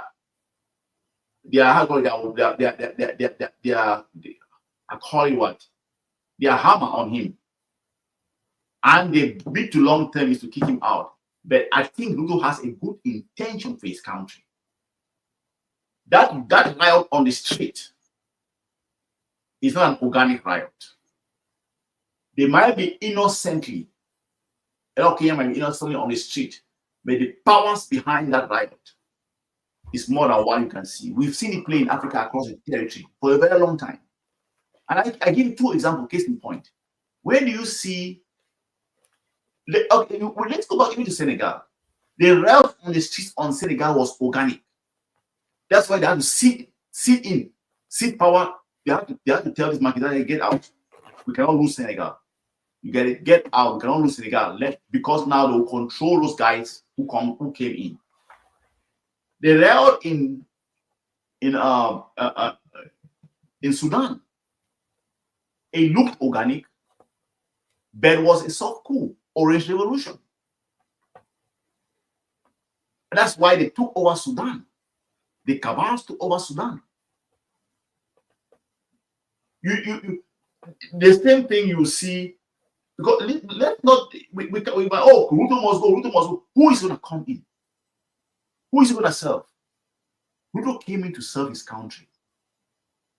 But they are pulling him by the nose. We have to see it that way. You talk and go down to, as we said, let's touch on South Africa. We think of wrapping up stuff. You see the election in South Africa? Till tomorrow, there's a lot that might come to pass. If you ask my personal opinion, Let them check on the softwares. If they use electronic voting tools, they should check on the softwares of those voting tools. Areas that Malema dominated, he lost till now. Malema is short of words how he lost those areas. DA got more than enough vote that he ever thought of. Even areas that he didn't control, he didn't have any hold on. Then they pushed another factor in and promoted him, the former president, Jacob Zuma, to divide and fracture South Africa and weaken its influence. But I will tell you something. That election was not, it doesn't reflect South African people talking. No. South Africans did not speak. They voted, the voting box and the software spoke. It goes deep.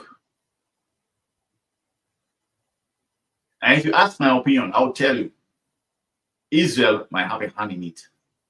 Oh, absolutely. Absolutely.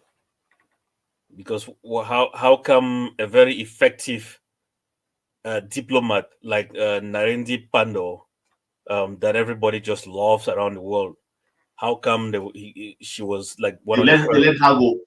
They let her go. Exactly. Then DA from nowhere got a lot of votes that he could negotiate his way in. You know that DA raised all his funds in the West?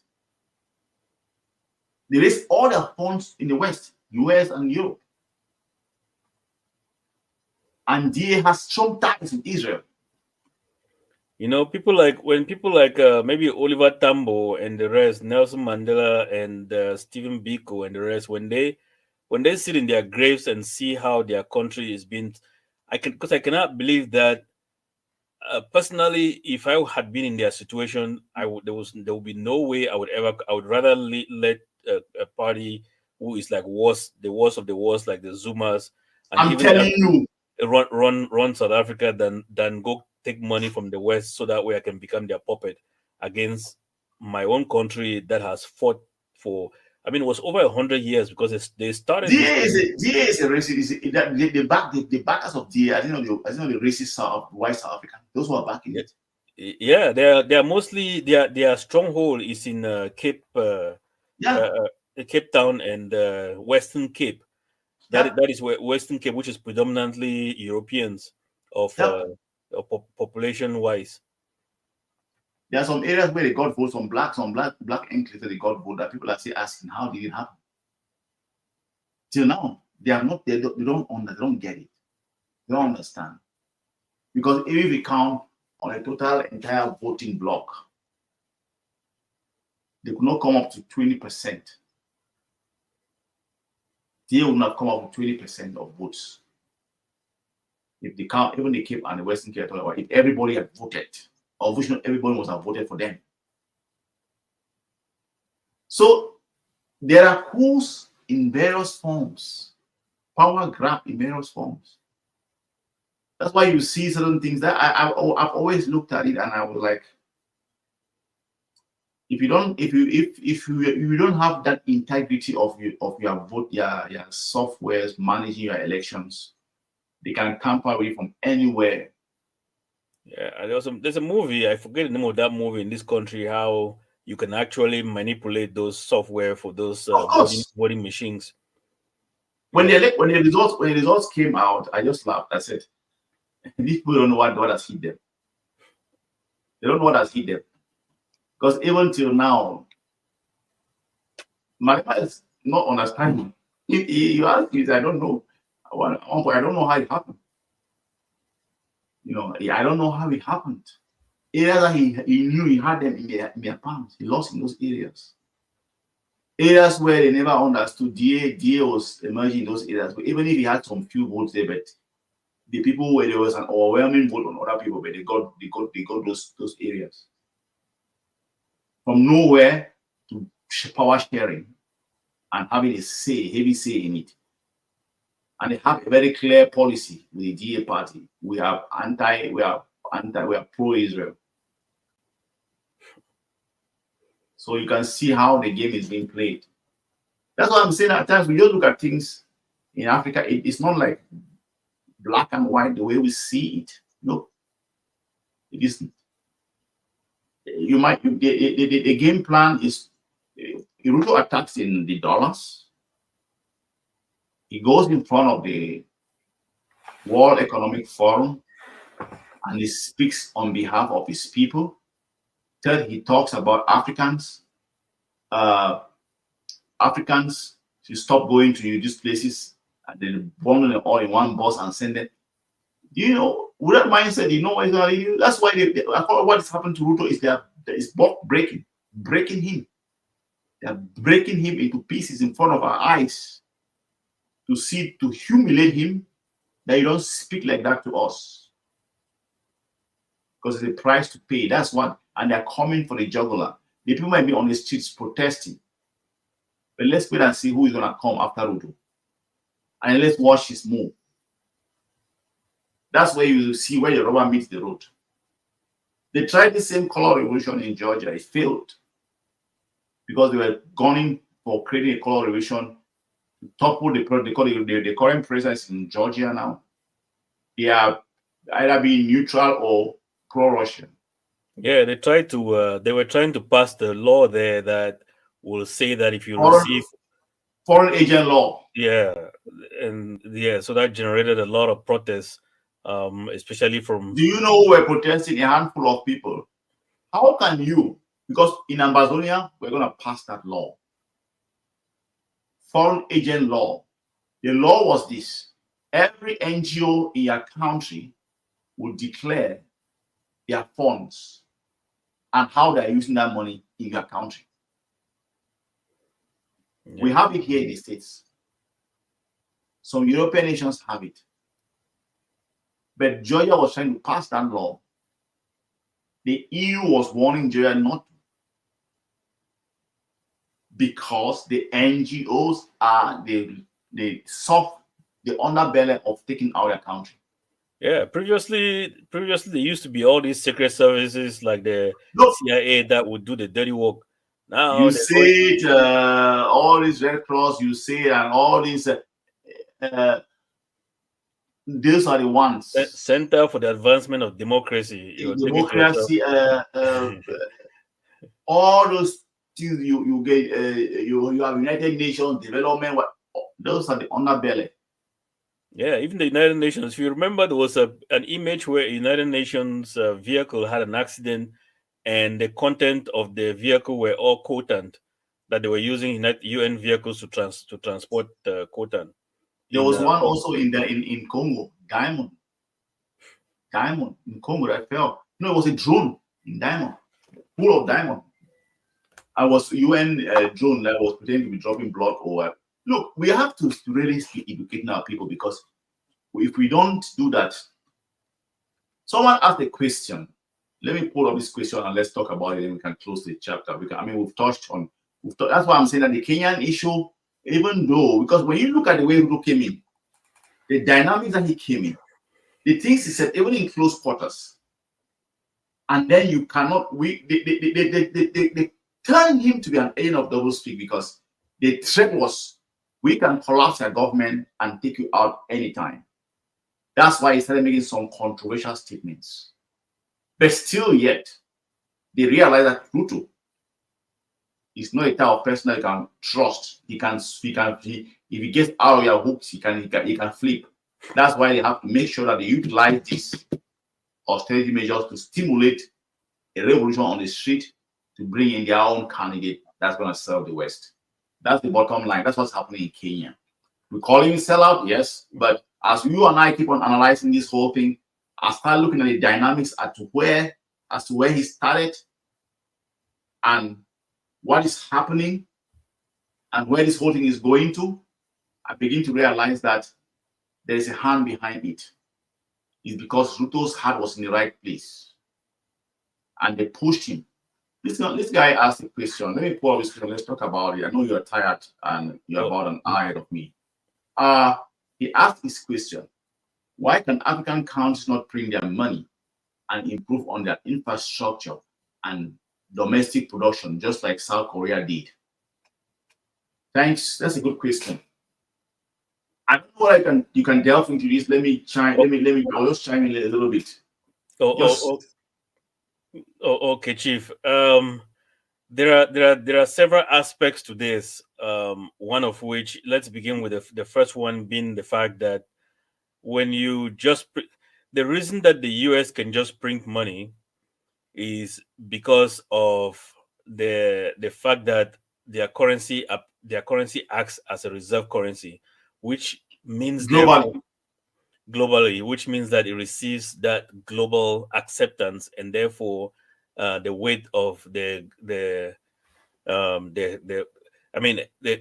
strength is provided by the fact that a lot of globally are holding that currency. So a lot of people trust the currency. Even when they flood the market with that currency, there is still trust behind it.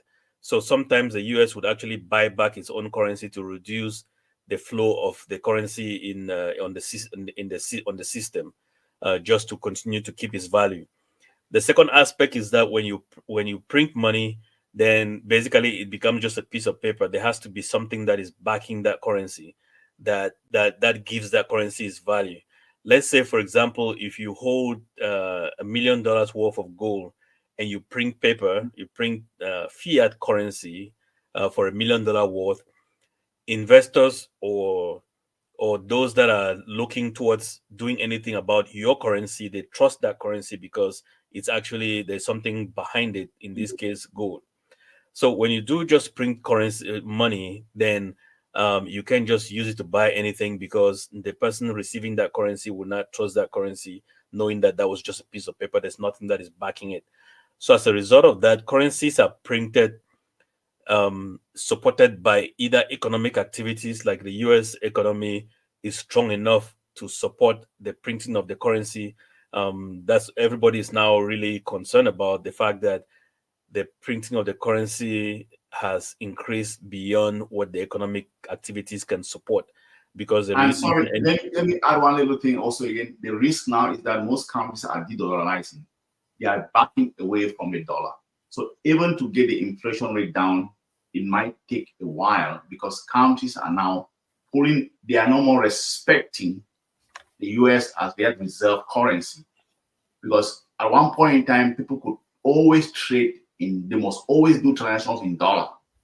Like my naira, and I have to buy stuff in with the South African rand, I have to use the dollar as the exchange currency. But now most people are de-dollarizing. That's going to have a long-term effect on the American economy. I'm just trying to add that layer of what you are trying to see. You're trying to say, well, we hear about de-dollarization. So the effect is that the value of a dollar that the dollar held, because people needed it all the time to do transactions. Now people can now start trading with their own currency. They don't need a dollar for that. So it will be floating in the market. It has no value, because the value was the acceptance and the fact that they will always be trade, and they'll always use it to trade, intertrade. But now when people stop using it, now it will be out there without, the value starts going down. The value will start going down. And then in the long run, it will start affecting the economy. It will be like a trickle down effect. So one of the biggest threats that is occurring is the aspect of de-dollarization that's happening globally now. Sorry, I did cut you in. Sorry, I just had to bring that point in. Oh no, good point, good intervention, Chief. And the true value. One of the things that you should be aware of too is that when you just print money, it will it will generally not have any value. The thing that we envisage that would happen in Ambazonia is that upon independence, there is the thought about relying first on the Biafra currency, in this case perhaps the naira, allowing it to become a currency in Ambazonia for the use. Because what might happen is that Republic make or its master francs may cut off supply of the CFA currency into Ambazonia as part of the sanctions that they will put on Ambazonia in order not to make the Ambazonia economy succeed.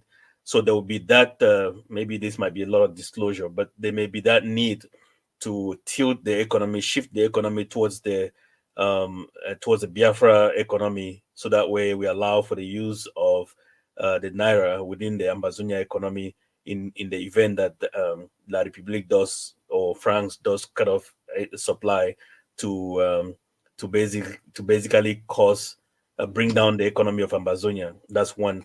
And then another aspect of this is that you did say that South Korea had to bring some money. In fact, I may have to disagree with you on that.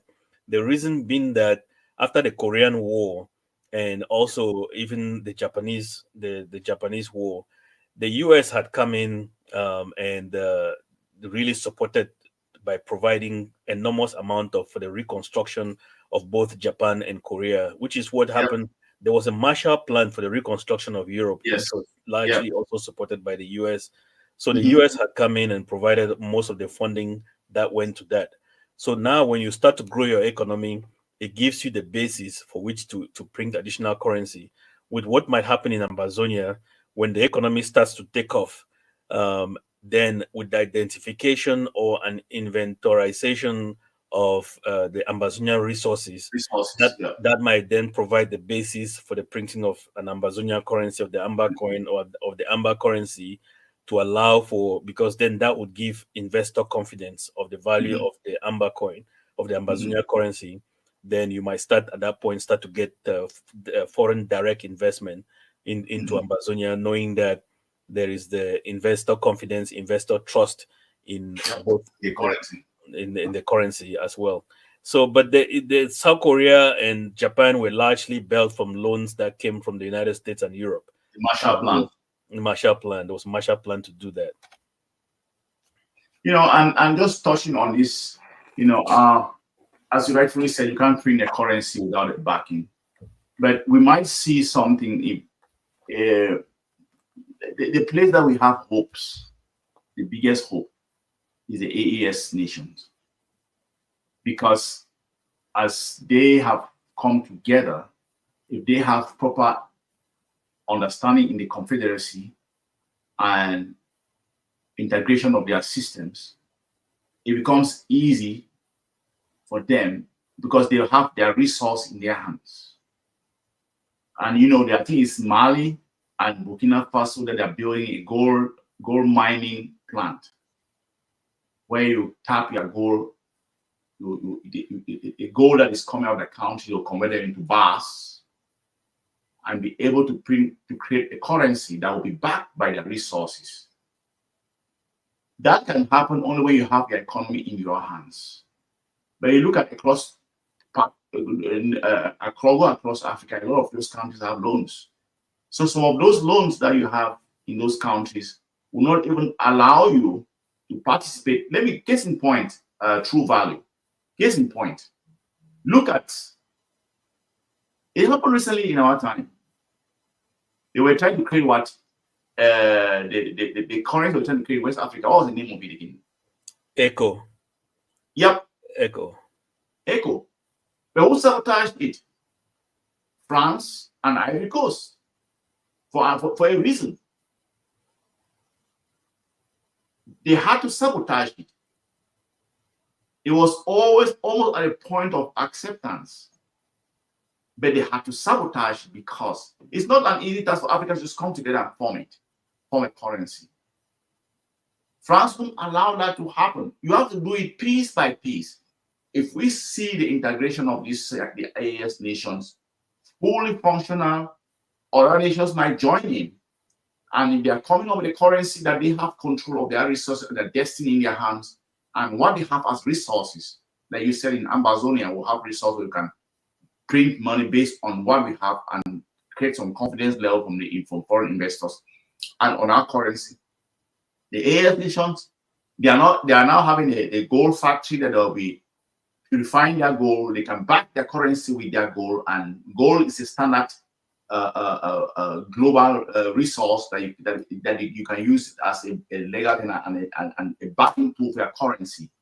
That's what I am foreseeing happening there. And then it can slowly spread out. But just saying that African nations should come together, we know the strings that we find ourselves in. We are in the Ambazonian War of Liberation because of what we know, that those who have the key to our to Liberia, Cameroon, that is strangulating us, is not them. So it's easy for us to have this discussion, but when you start going down to a deep down analysis, you realize that there are technically you realize the 14 African nations were never independent. The AES nations are the first independent Francophone nations in Africa. Total independence that you talk about, those are the first. Senegal is not independent. They still have some hooks tied to France. But that is genuine independence that they're fighting for. That since we claim we're independent, but now you see those countries claiming their total and unconditional independence. So to this question, there are lots of chains and hooks holding us. And we see these guys struggling in the Sahel region to break away from it. And I believe that there are countries in that West Africa and that Sahel, they are watching. Once something comes up, once they struggle and come up with something backed by their currency and they can contain and control it, I can bet you that other countries they're going to collapse. I mean, other countries are going to leave that thing and join and figure out how to start using it. There is hope. So to this question, it's not easy for it to happen like that because we know that we are still enslaved economically. There are hands that are holding us behind that we cannot turn or move in a certain way unless you seize your country. Look at Gabon. The guy who took over Gabon, took over the power from Gabon, that was a transfer of power. It was, I can call it, that was a coup. Because now it's in the pockets of the West. So, Chairman, I know you will late. I just wanted to pull out this question and and let me quickly add one aspect to that question. It's also not as easy as just printing money and using it. International trade tends to not really be done by actual physical currency.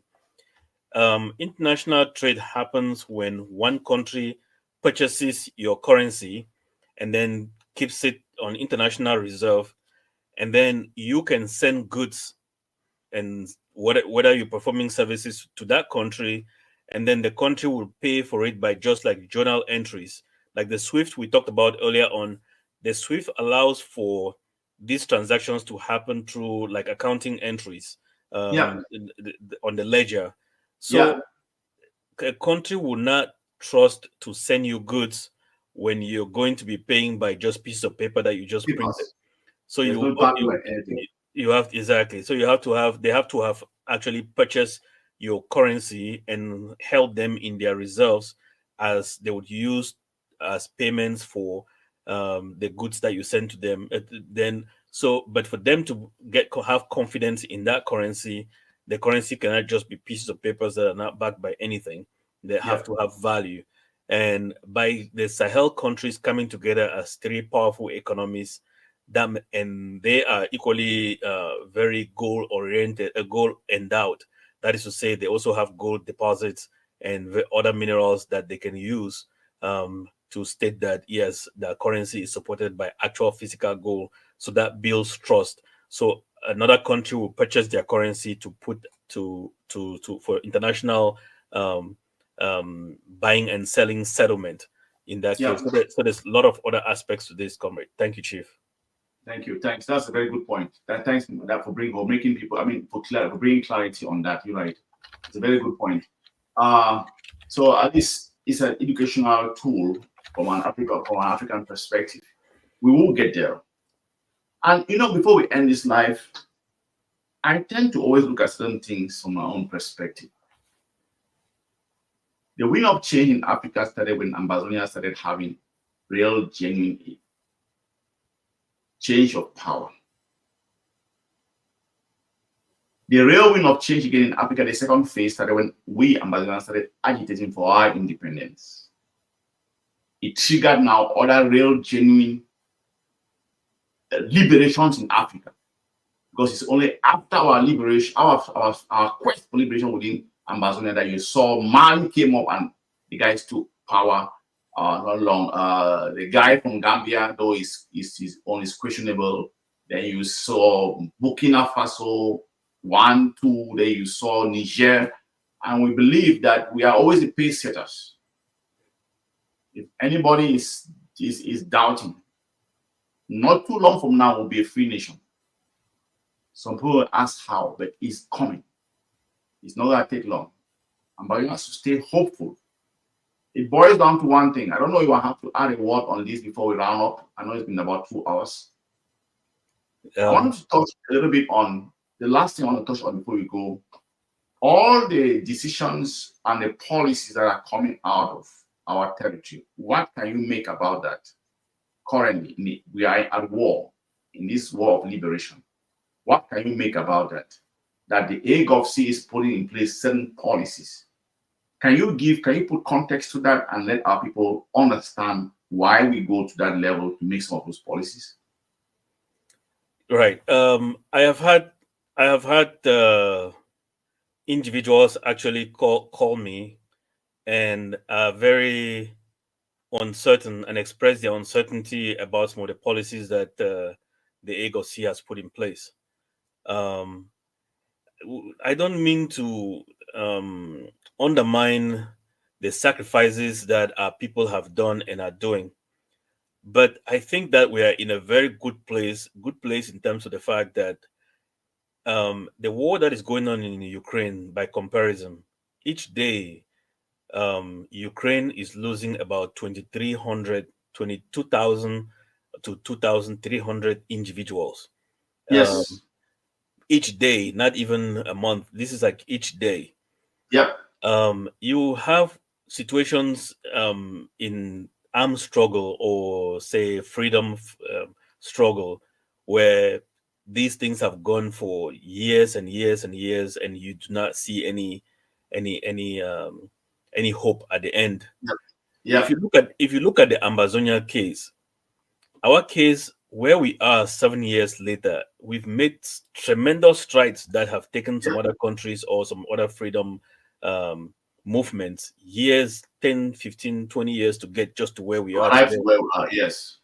It is actually rather unfortunate that we still do not believe in ourselves, because if we did, I went to an event last weekend, and that event, they have this farote stuff that goes on. At the end of the day, there is just, money lying everywhere on the floor. And I'm thinking to myself, if just within this one single event, and there may be 4 of such events happening in just one weekend among Ambazonians.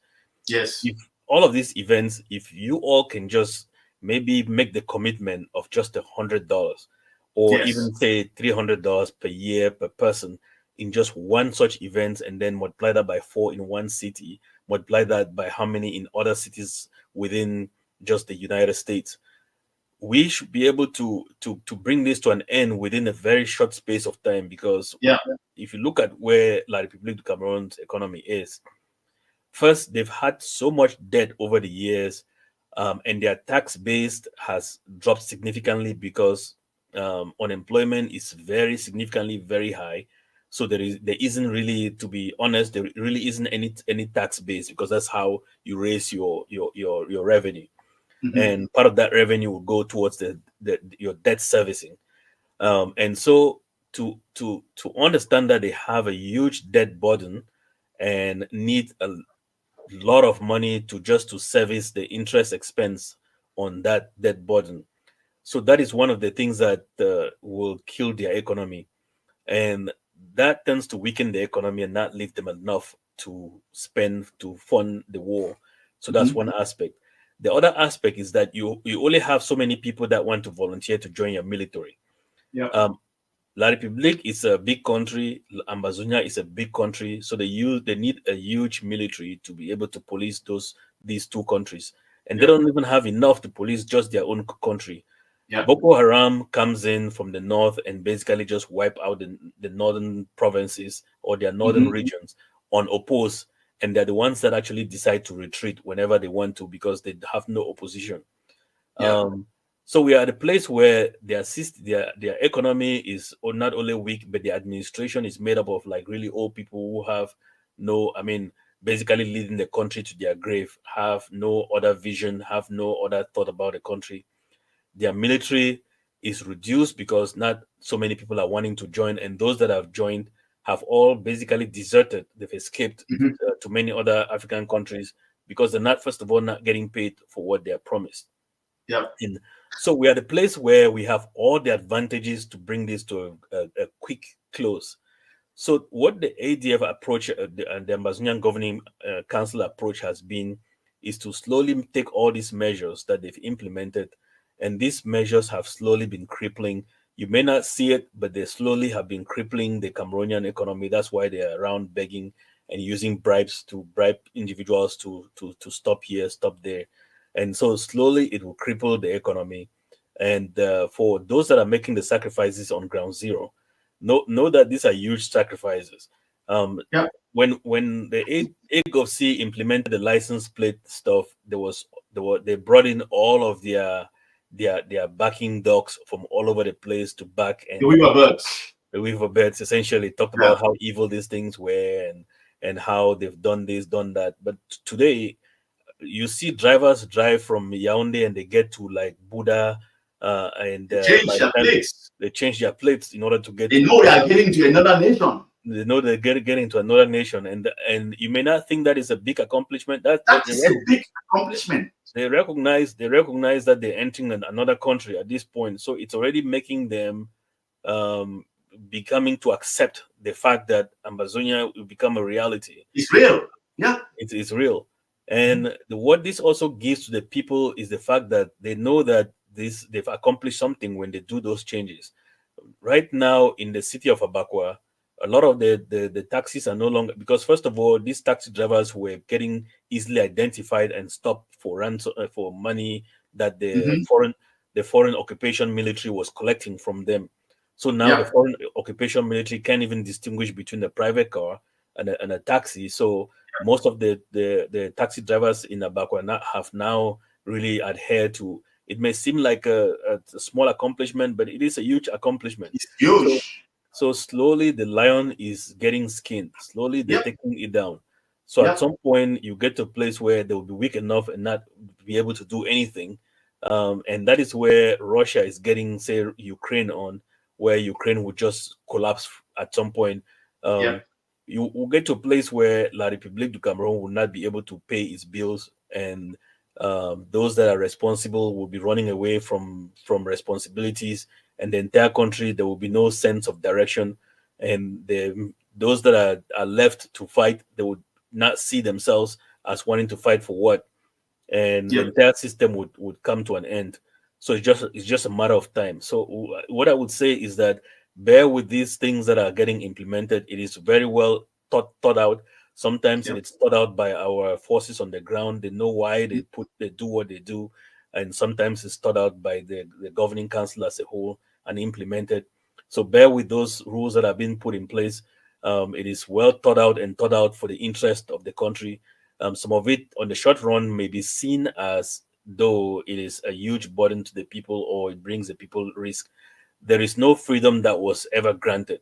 All freedom is taken, and it comes with a lot of risk. It comes with sweat. It comes with blood. You may say that we sit here and talk about these things, but everybody has a role to play. In terms of the fact that those that are providing, that have given up themselves to fight on our behalf, some of us have to be some places to raise the financial support that they need in order to do the things that they need.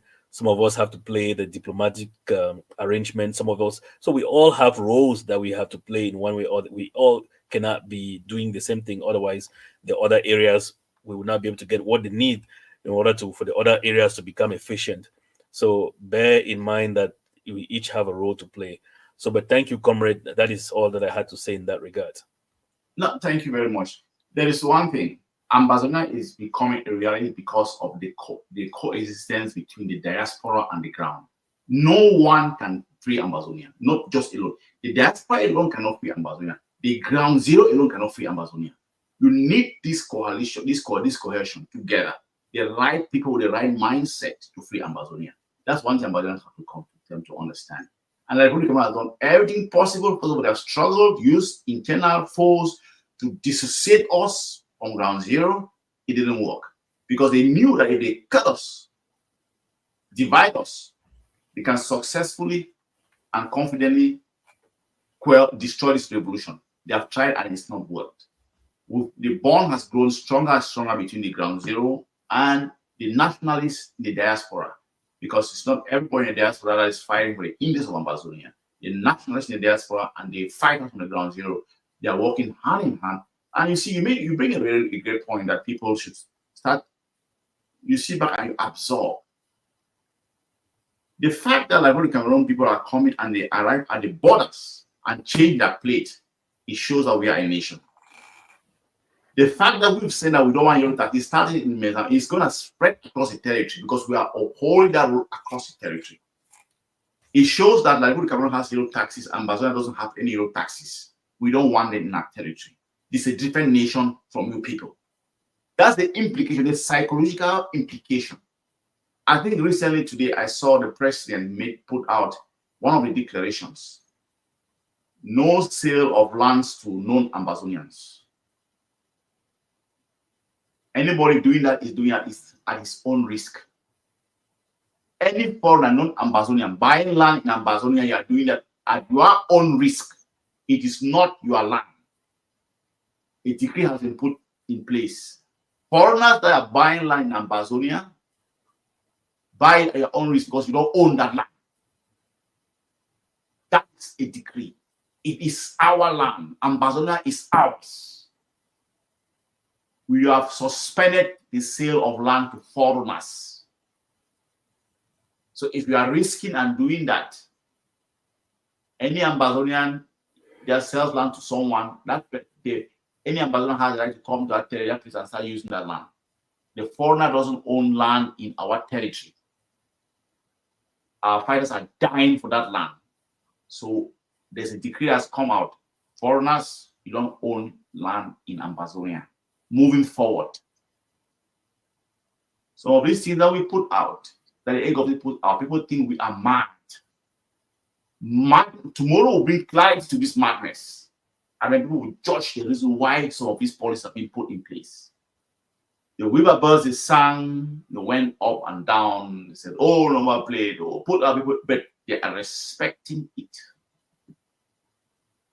And these Weaver birds, they sing and they have no, just to show Ambazonians that these are proxy forces for the Republic of Cameroon. They sing, but they give no solutions. They sing and attack, but there is no solution to move you forward. But they pretend that they fight for you people. They are proxies, like Republic of Cameroon proxies amongst us. The policies we put today, we will continue to put mad policies. We will continue to see people who will fight us from within, but we will drag this whole thing to its logical conclusion. Comrade, I want to thank you very much. We've put in 2 hours in this conversation. We've gone around our continent, and we ended this live video talking about the policies in place, taking place in Ambazonia, and trying to bring clarity. The reason is because we are depriving an old colonial force of having any say upon us. We don't want cement plates. We have Monday as ghost town. We made that choice. We don't want cement plates in our territory. We made that choice. We don't want yellow caps in our cities. We made that choice. And then spread across the territory. Those laws we put in place, that is how you seize your country and prove that the enemy has no hold over you. We're getting there bit by bit. We are still crafting or coming on the issue of residence permit. In the future, our people will hear more about that from us, from the egg of sea. Comrade, thanks very much. I know I'll have to let you go. If you have any last word, you can put it out to our people. If not, we will just promise our people that we'll have to come out again subsequently and also go on geopolitical analysis. So just give a last word if you mean our people, so I can wrap up this live. Yeah, thank you again for being on this platform. As always, it is an honor for me, and I always enjoyed our conversations. I think that they're necessary to continue to educate our people. I, for one, there's a lot that I've I mean, I used to think that the BBC was a gold standard for news all over the world until I became the news. Then I just Yes. found out just how much of Deceit. deceit they are, that there's always an agenda behind. As a matter of fact, I don't even watch their TVs anymore, just because Yep. it is meant to provide you with what they want you to know and what they want you to hear. But it's always a pleasure to be on this platform. I also wanted to use this opportunity to employ all of the Ambazonians that are located in the diaspora. We continue to count on you. There is significant hope. I think the success of this fight rests a lot on your shoulders. Yeah. This is doable. You gotta believe it. It is Yes. doable. If Very, you very can put doable. in if you can put in the resources, this will be done in a very, very short time. We would not be Yeah. talking about years anymore. We'll be talking about months. The challenge is that well, personally, I do not really think that you all have bought into the belief that this can be done. This really can be done. La Republique has this really has already been done. We just need to bring this to the finish line. La Republique is too weak to fight. La Republique economically, militarily, even geopolitically, just because of the weakness of the masters at this particular point in time in history. So there is significant hope. You just need to make sure that you provide the resources that is needed, and this will be brought to an end. So if you need to make your payments for the liberation tax or any other kind of support, do not hesitate to reach out to any of the sources that we will put out there of the Amazonian Governing Council. So, but remain steadfast. For those that may be watching this from ground zero, as always, we thank you for your patience and your significant sacrifices, given the conditions that you're operating under. Yet you still believe, and yet you're still making the sacrifices. So there is light at the end of the tunnel, knowing that some of this fight, when we fight, we're not fighting for ourselves. When we fight for the future of the children that are yet to be born, and those that their generations and descendants to come. So, and those in the diaspora continue to believe as well, knowing that the egg of sea is the lone person standing. If you need to provide any kind of support for refugees and so on, please do not hesitate to contact any of the egg of seas medium. So thank you again. It's an honor to be here, comrade. Thanks very much, comrade. I don't know. I really thank you so much for sharing, these discussions with me on this platform. We do our own best, and we continue to educate our people. Ambazonians, they see this young kid, I call him kid as compared to you and I, our age, in Burkina Faso, taking the destiny of his country in his hands. We see and admire him and what they are doing. It's our own turn. We can do what they are doing. They are not different from us. We have everything that it takes to do what we are doing, that they are doing. If we helped the very beginning, at the beginning of this outing, the president said it was going to be a long, hard struggle. Don't give up. We have the capability and the ability to free that land. We have that capability, and Ambazonians who believe in themselves. We've come this way, this far. We've achieved a lot within a short time. These people could believe that we can put policies in place, put laws in place, and they uphold it because our people yearn for freedom. Like you call upon the diasporans, we will not sit back and watch our people decimated and we do nothing about it. We have to keep on pushing. We have to keep on pushing till we reach the finish line. Living abroad is not our portion. The suffering that we endure abroad. Before I end this live, I want to say something. One of the fundraisers that we had, not this past one, the one before this one, I had one very senior comrade. He cried. I want to go home. He cried. He said, I'm tired. I want to go home. It really, it hit something. It really hit me so hard. Whatever we're doing out, I will tell the diasporans, it is not your home. You can't claim legitimacy where you claim people's nationality. That is not your home. And you know it deep within your heart of hearts. Because some of the insults, abuse that we endure outside, walking on eggshells,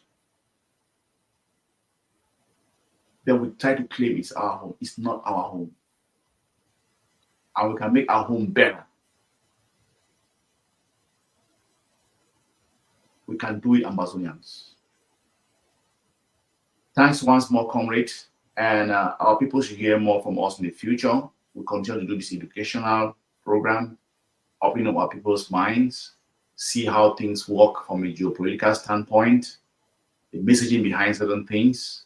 We've touched upon a couple of things, and believe that we'll take one out and just touch on probably the Ukraine-Russia war and the global implications. And then we can move from there, just to keep on informing our people and letting them know what is actually happening around the globe, so that we can all be informed and know how things are moving and know how the chips are moving on the chessboard. It's very important. An educated crowd makes informed decisions. So, comrade, we keep on doing our best and educating our people. I thank you so much for participating, and we keep on doing our own part. Have a good evening, comrade. Thank you very much. A pleasure. Thank you, comrade.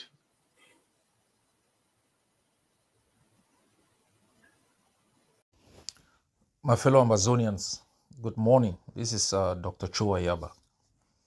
This is my daily briefing on the 11th of July 2024. First, I'll begin with greetings to each and every one of you, and God bless each and every one of you. And thank you for your continuous sacrifices towards the attainment of our goal of full independence and freedom for our country. I begin today with reacting to a circulation. There was an audio message circulated yesterday declaring that Wednesdays will be days of lockdown in solidarity with Ambazonian prisoners of war. This is a fake information. This has been circulated by agents of Yaoundé. They are trying to use this propaganda to undermine our different resistance actions and calls. Recall that when we instituted the no yellow color taxi, the first they attacked it, they held demonstrations, and then when they lost the battle, they declared that they are the ones who instituted it. So constantly they make a mockery of themselves. They are confused, they are desperate, and a drowning person would hang on to anything they see, even on a snake, in order to stay afloat. So it's a regime that is gone down like the Titanic, and they are engaged in repeated desperate actions, thinking that they can make a mockery of our resistance. Unfortunately, they are making a mockery of themselves. We have mastered communication. We are in self-defense. We are dealing with several sovereignty projects like a state. And so they must understand that this is a new generation with a new agenda and a new destination. So the way we show solidarity with our prisoners is continuously fight to ensure that the reason for which they went to jail is attained. Historically, days of solidarity have been called with detained compatriots. Sometimes if there is something that happens in jail, a prisoner dies or some other actions, and then we could think of a particular day of solidarity. Every day in Ambazonia is a day of solidarity. Mondays are days of solidarity, not only with our prisoners, but also with our IDPs, our refugees, and the families of those who've lost loved ones. Anytime there is authentic communication, whether I agree with it or not, you will hear from me. And that's how you can get authenticity. But any audio message that is sent out there by desperate individuals, you drop them where they belong the dustbin of history. The other day, I also signed an executive order banning land sales to citizens of Cameroon. This is a very serious issue, my people. I have said this in several outings. In every society, there are three factors of production. You have the land, you have the capital, or you have the labor. The most important factor of production for Amazonians is the land and the labor. And I know that our labor is cheap. Sometimes it's not even desired because the public sector, the private sector, they've all been dismantled. And so we use the labor we have to plow the fields, the land that we have. It has also become an asset for many Amazonians. They can use the land to get immediate capital for investment. And we have also realized that the enemy has made it difficult for transactions between individuals. And so they've intruded into it to certify, to legalize all of these land sales. And we have seen situations where La Republique colonial DOs and SDOs, the impostor mayors and others have become part and parcel of a cartel that is transferring Ambazonian land to Cameroon citizens. They have higher buying power. Even our Biafran compatriots who are in also have higher buying power than us. And I encourage Ambazonians to preserve their land. It doesn't mean you cannot sell a piece of land, but you should think seriously, very seriously, because that is the only asset you have that is non-perishable. It increases in value with time. I know there are families that are struggling, and sometimes you really need to sell that piece of land to even have an operation. And so you need to do it. But don't sell your piece of land to a Cameroon citizen. They are deliberately acquiring Ambazonian land to alter the demographic dynamics and to be able to use it in the future against us. That's how Zimbabwe almost collapsed. That's what South Africa is going through now. So we must learn from history. Secondly, we have also noticed that there are family fights and quarrels because of land. Powerful individuals, they use colonial elements to acquire family lands and sell them to whosoever. We have introduced ourselves in some. But going forward, all land disputes should be reported to quarterheads. And when they cannot be resolved, they will be reported to our forces or the ADLA, the Liberation Transitional Authorities within your area, and we will deal with it. Any land sale that we see announced, we will investigate it. And if we find that they're violating liberation laws by selling to La Republique, or powerful individuals within those families are using their power in association with collaborating with the enemy, we will put an injunction on the sale of those lands. Anybody who sells the land to citizen of La Republique will acquire that land after we gain our total freedom. And there will be consequences on every individual. The other issue I'd like to talk about, I think you people must have read some fake newspapers and lawsuits against Norway. I'll focus on Norway because against myself is not something I talk about. Education is critical. And so when you see these things, I know people were worried when they read that, I have been taken to court in the US with the Norwegian Prime Minister. It's a joke, my people. It's a joke. It's almost like the joke I told you about the desperate attempts to institute days of actions to undermine, our critical activities. There are US laws. There are US laws that permit civil lawsuits against individuals who have engaged in sponsoring or what they call abetting acts of international terrorism that occurs on US soil. And I want you to know this. So Section 3 of that law authorizes the federal court jurisdiction, over a civil claim. against any foreign state or physical injury to a person or property, or death that occurs inside the U.S. As a result of international terrorism. And this law is very specific.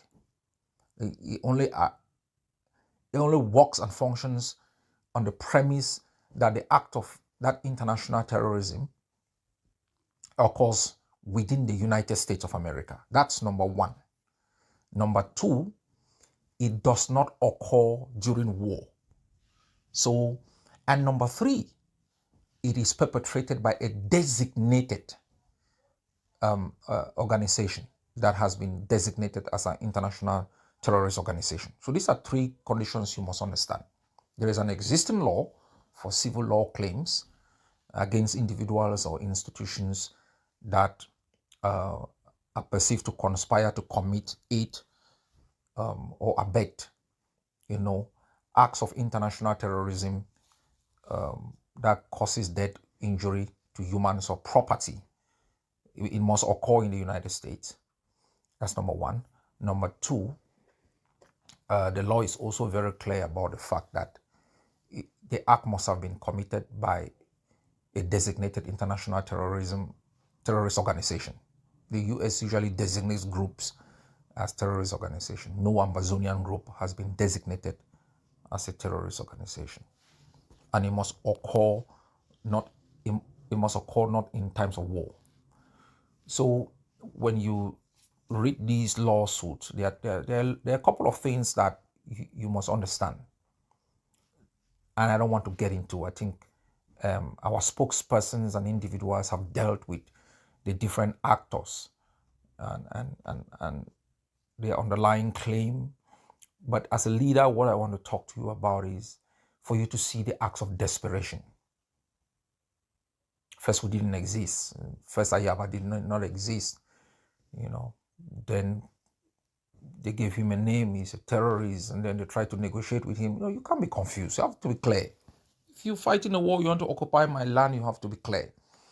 When you start showing these things, I see you being desperate. You're looking for help. You put pressure on different countries to transfer me down. I don't know if they can keep me in Yaoundé.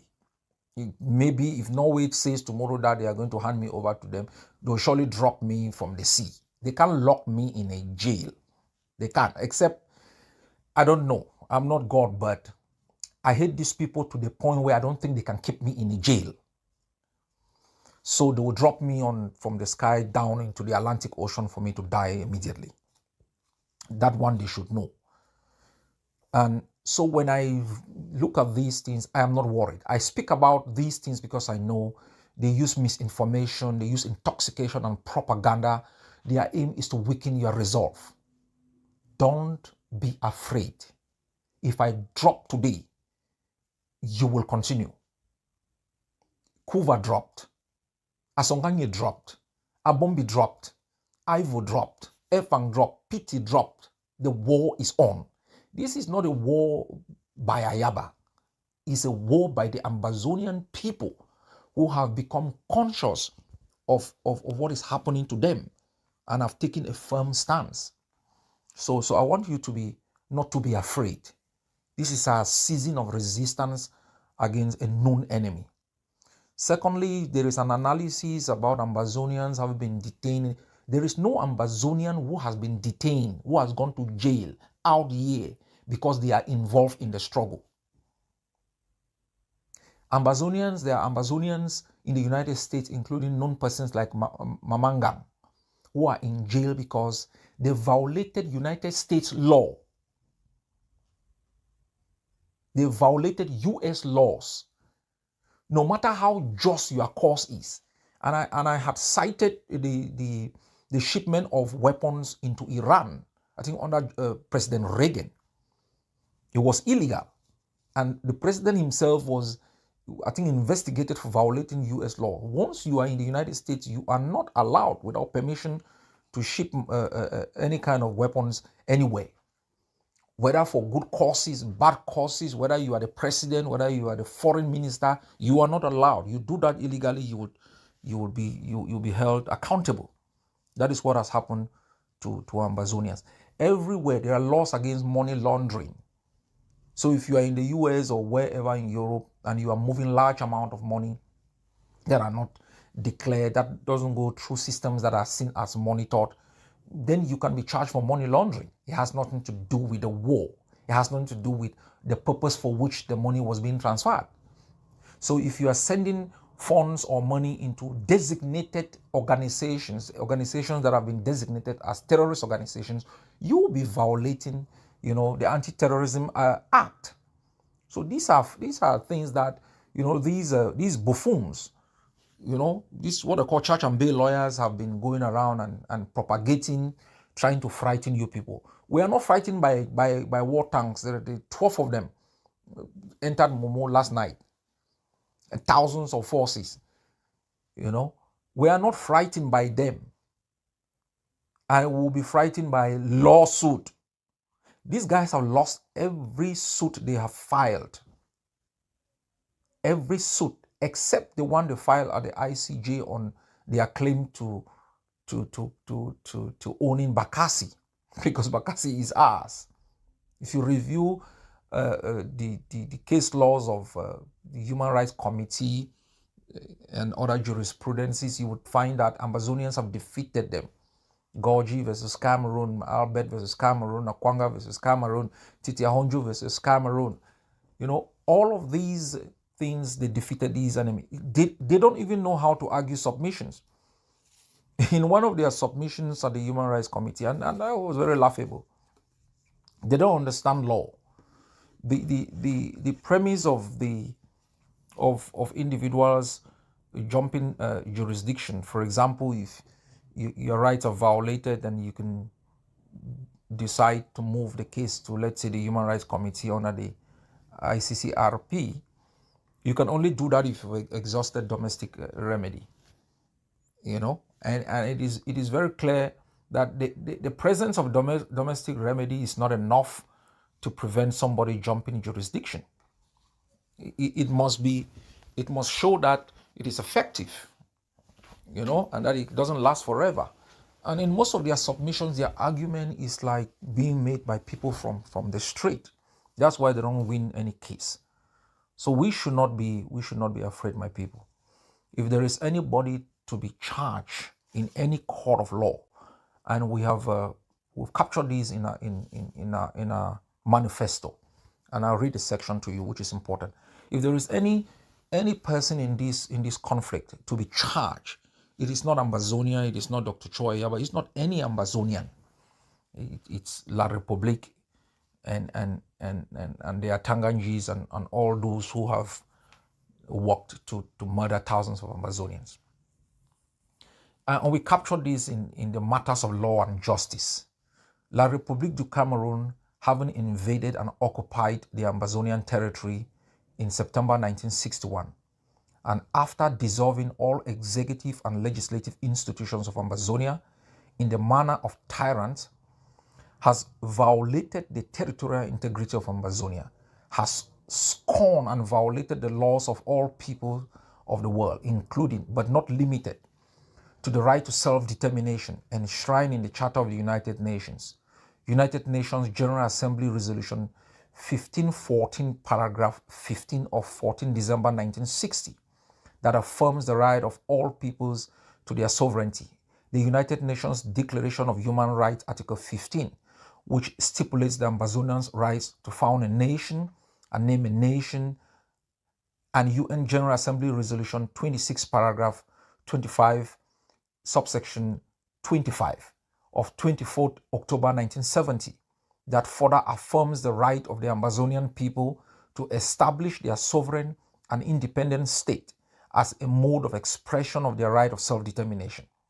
By its illegal occupation of Ambazonia in 1961, despite democratic protests and legal actions, and declaration of war on the people of Ambazonia on November 30, 2017, against the aspirations of the Ambazonian people to their sovereignty, Cameroon has proven itself as an aggressor and has, by this forceful occupation, enforced her presence by ruthless continuous massacres of thousands of the Ambazonian people and razings of tens of thousands of their homes and hundreds of thousands of towns and villages, thus displacing millions of our people who are currently scattered all over the world and depriving thousands of children of the right to education. So if there is anyone to be brought before a court of law for acts of terrorism, aggression in violation of UN Charter, and acts of deprivation of liberty in illegal incarceration, acts of rendition in kidnapping Ambazonians from foreign countries and illegally transferring them, and acts of trying Ambazonians under military courts as civilians, and crimes against humanity, which includes systematic torture, rape as a weapon of war crimes, which include burning of villages, burning of places, and all what you have, and genocide, the intent to eliminate physically part or whole of our people, has been demonstrated in very clear cases. The intent has been proven in their systematic attack on young Ambazonian males, capturing of commanders, burning of their remains, killing in Gabo, and burning of the remains of young girls who are the future of Ambazonia. So if there is anybody to be arraigned in front of a court of law, it will be Cameroon. But because of the international conspiracy against our people, the court of law is the battlefields across the 13 states of Ambazonia. And prevail we have, and we must have hope, and we must be resilient, we must not be afraid. We own that land. They don't. We are more powerful. They aren't.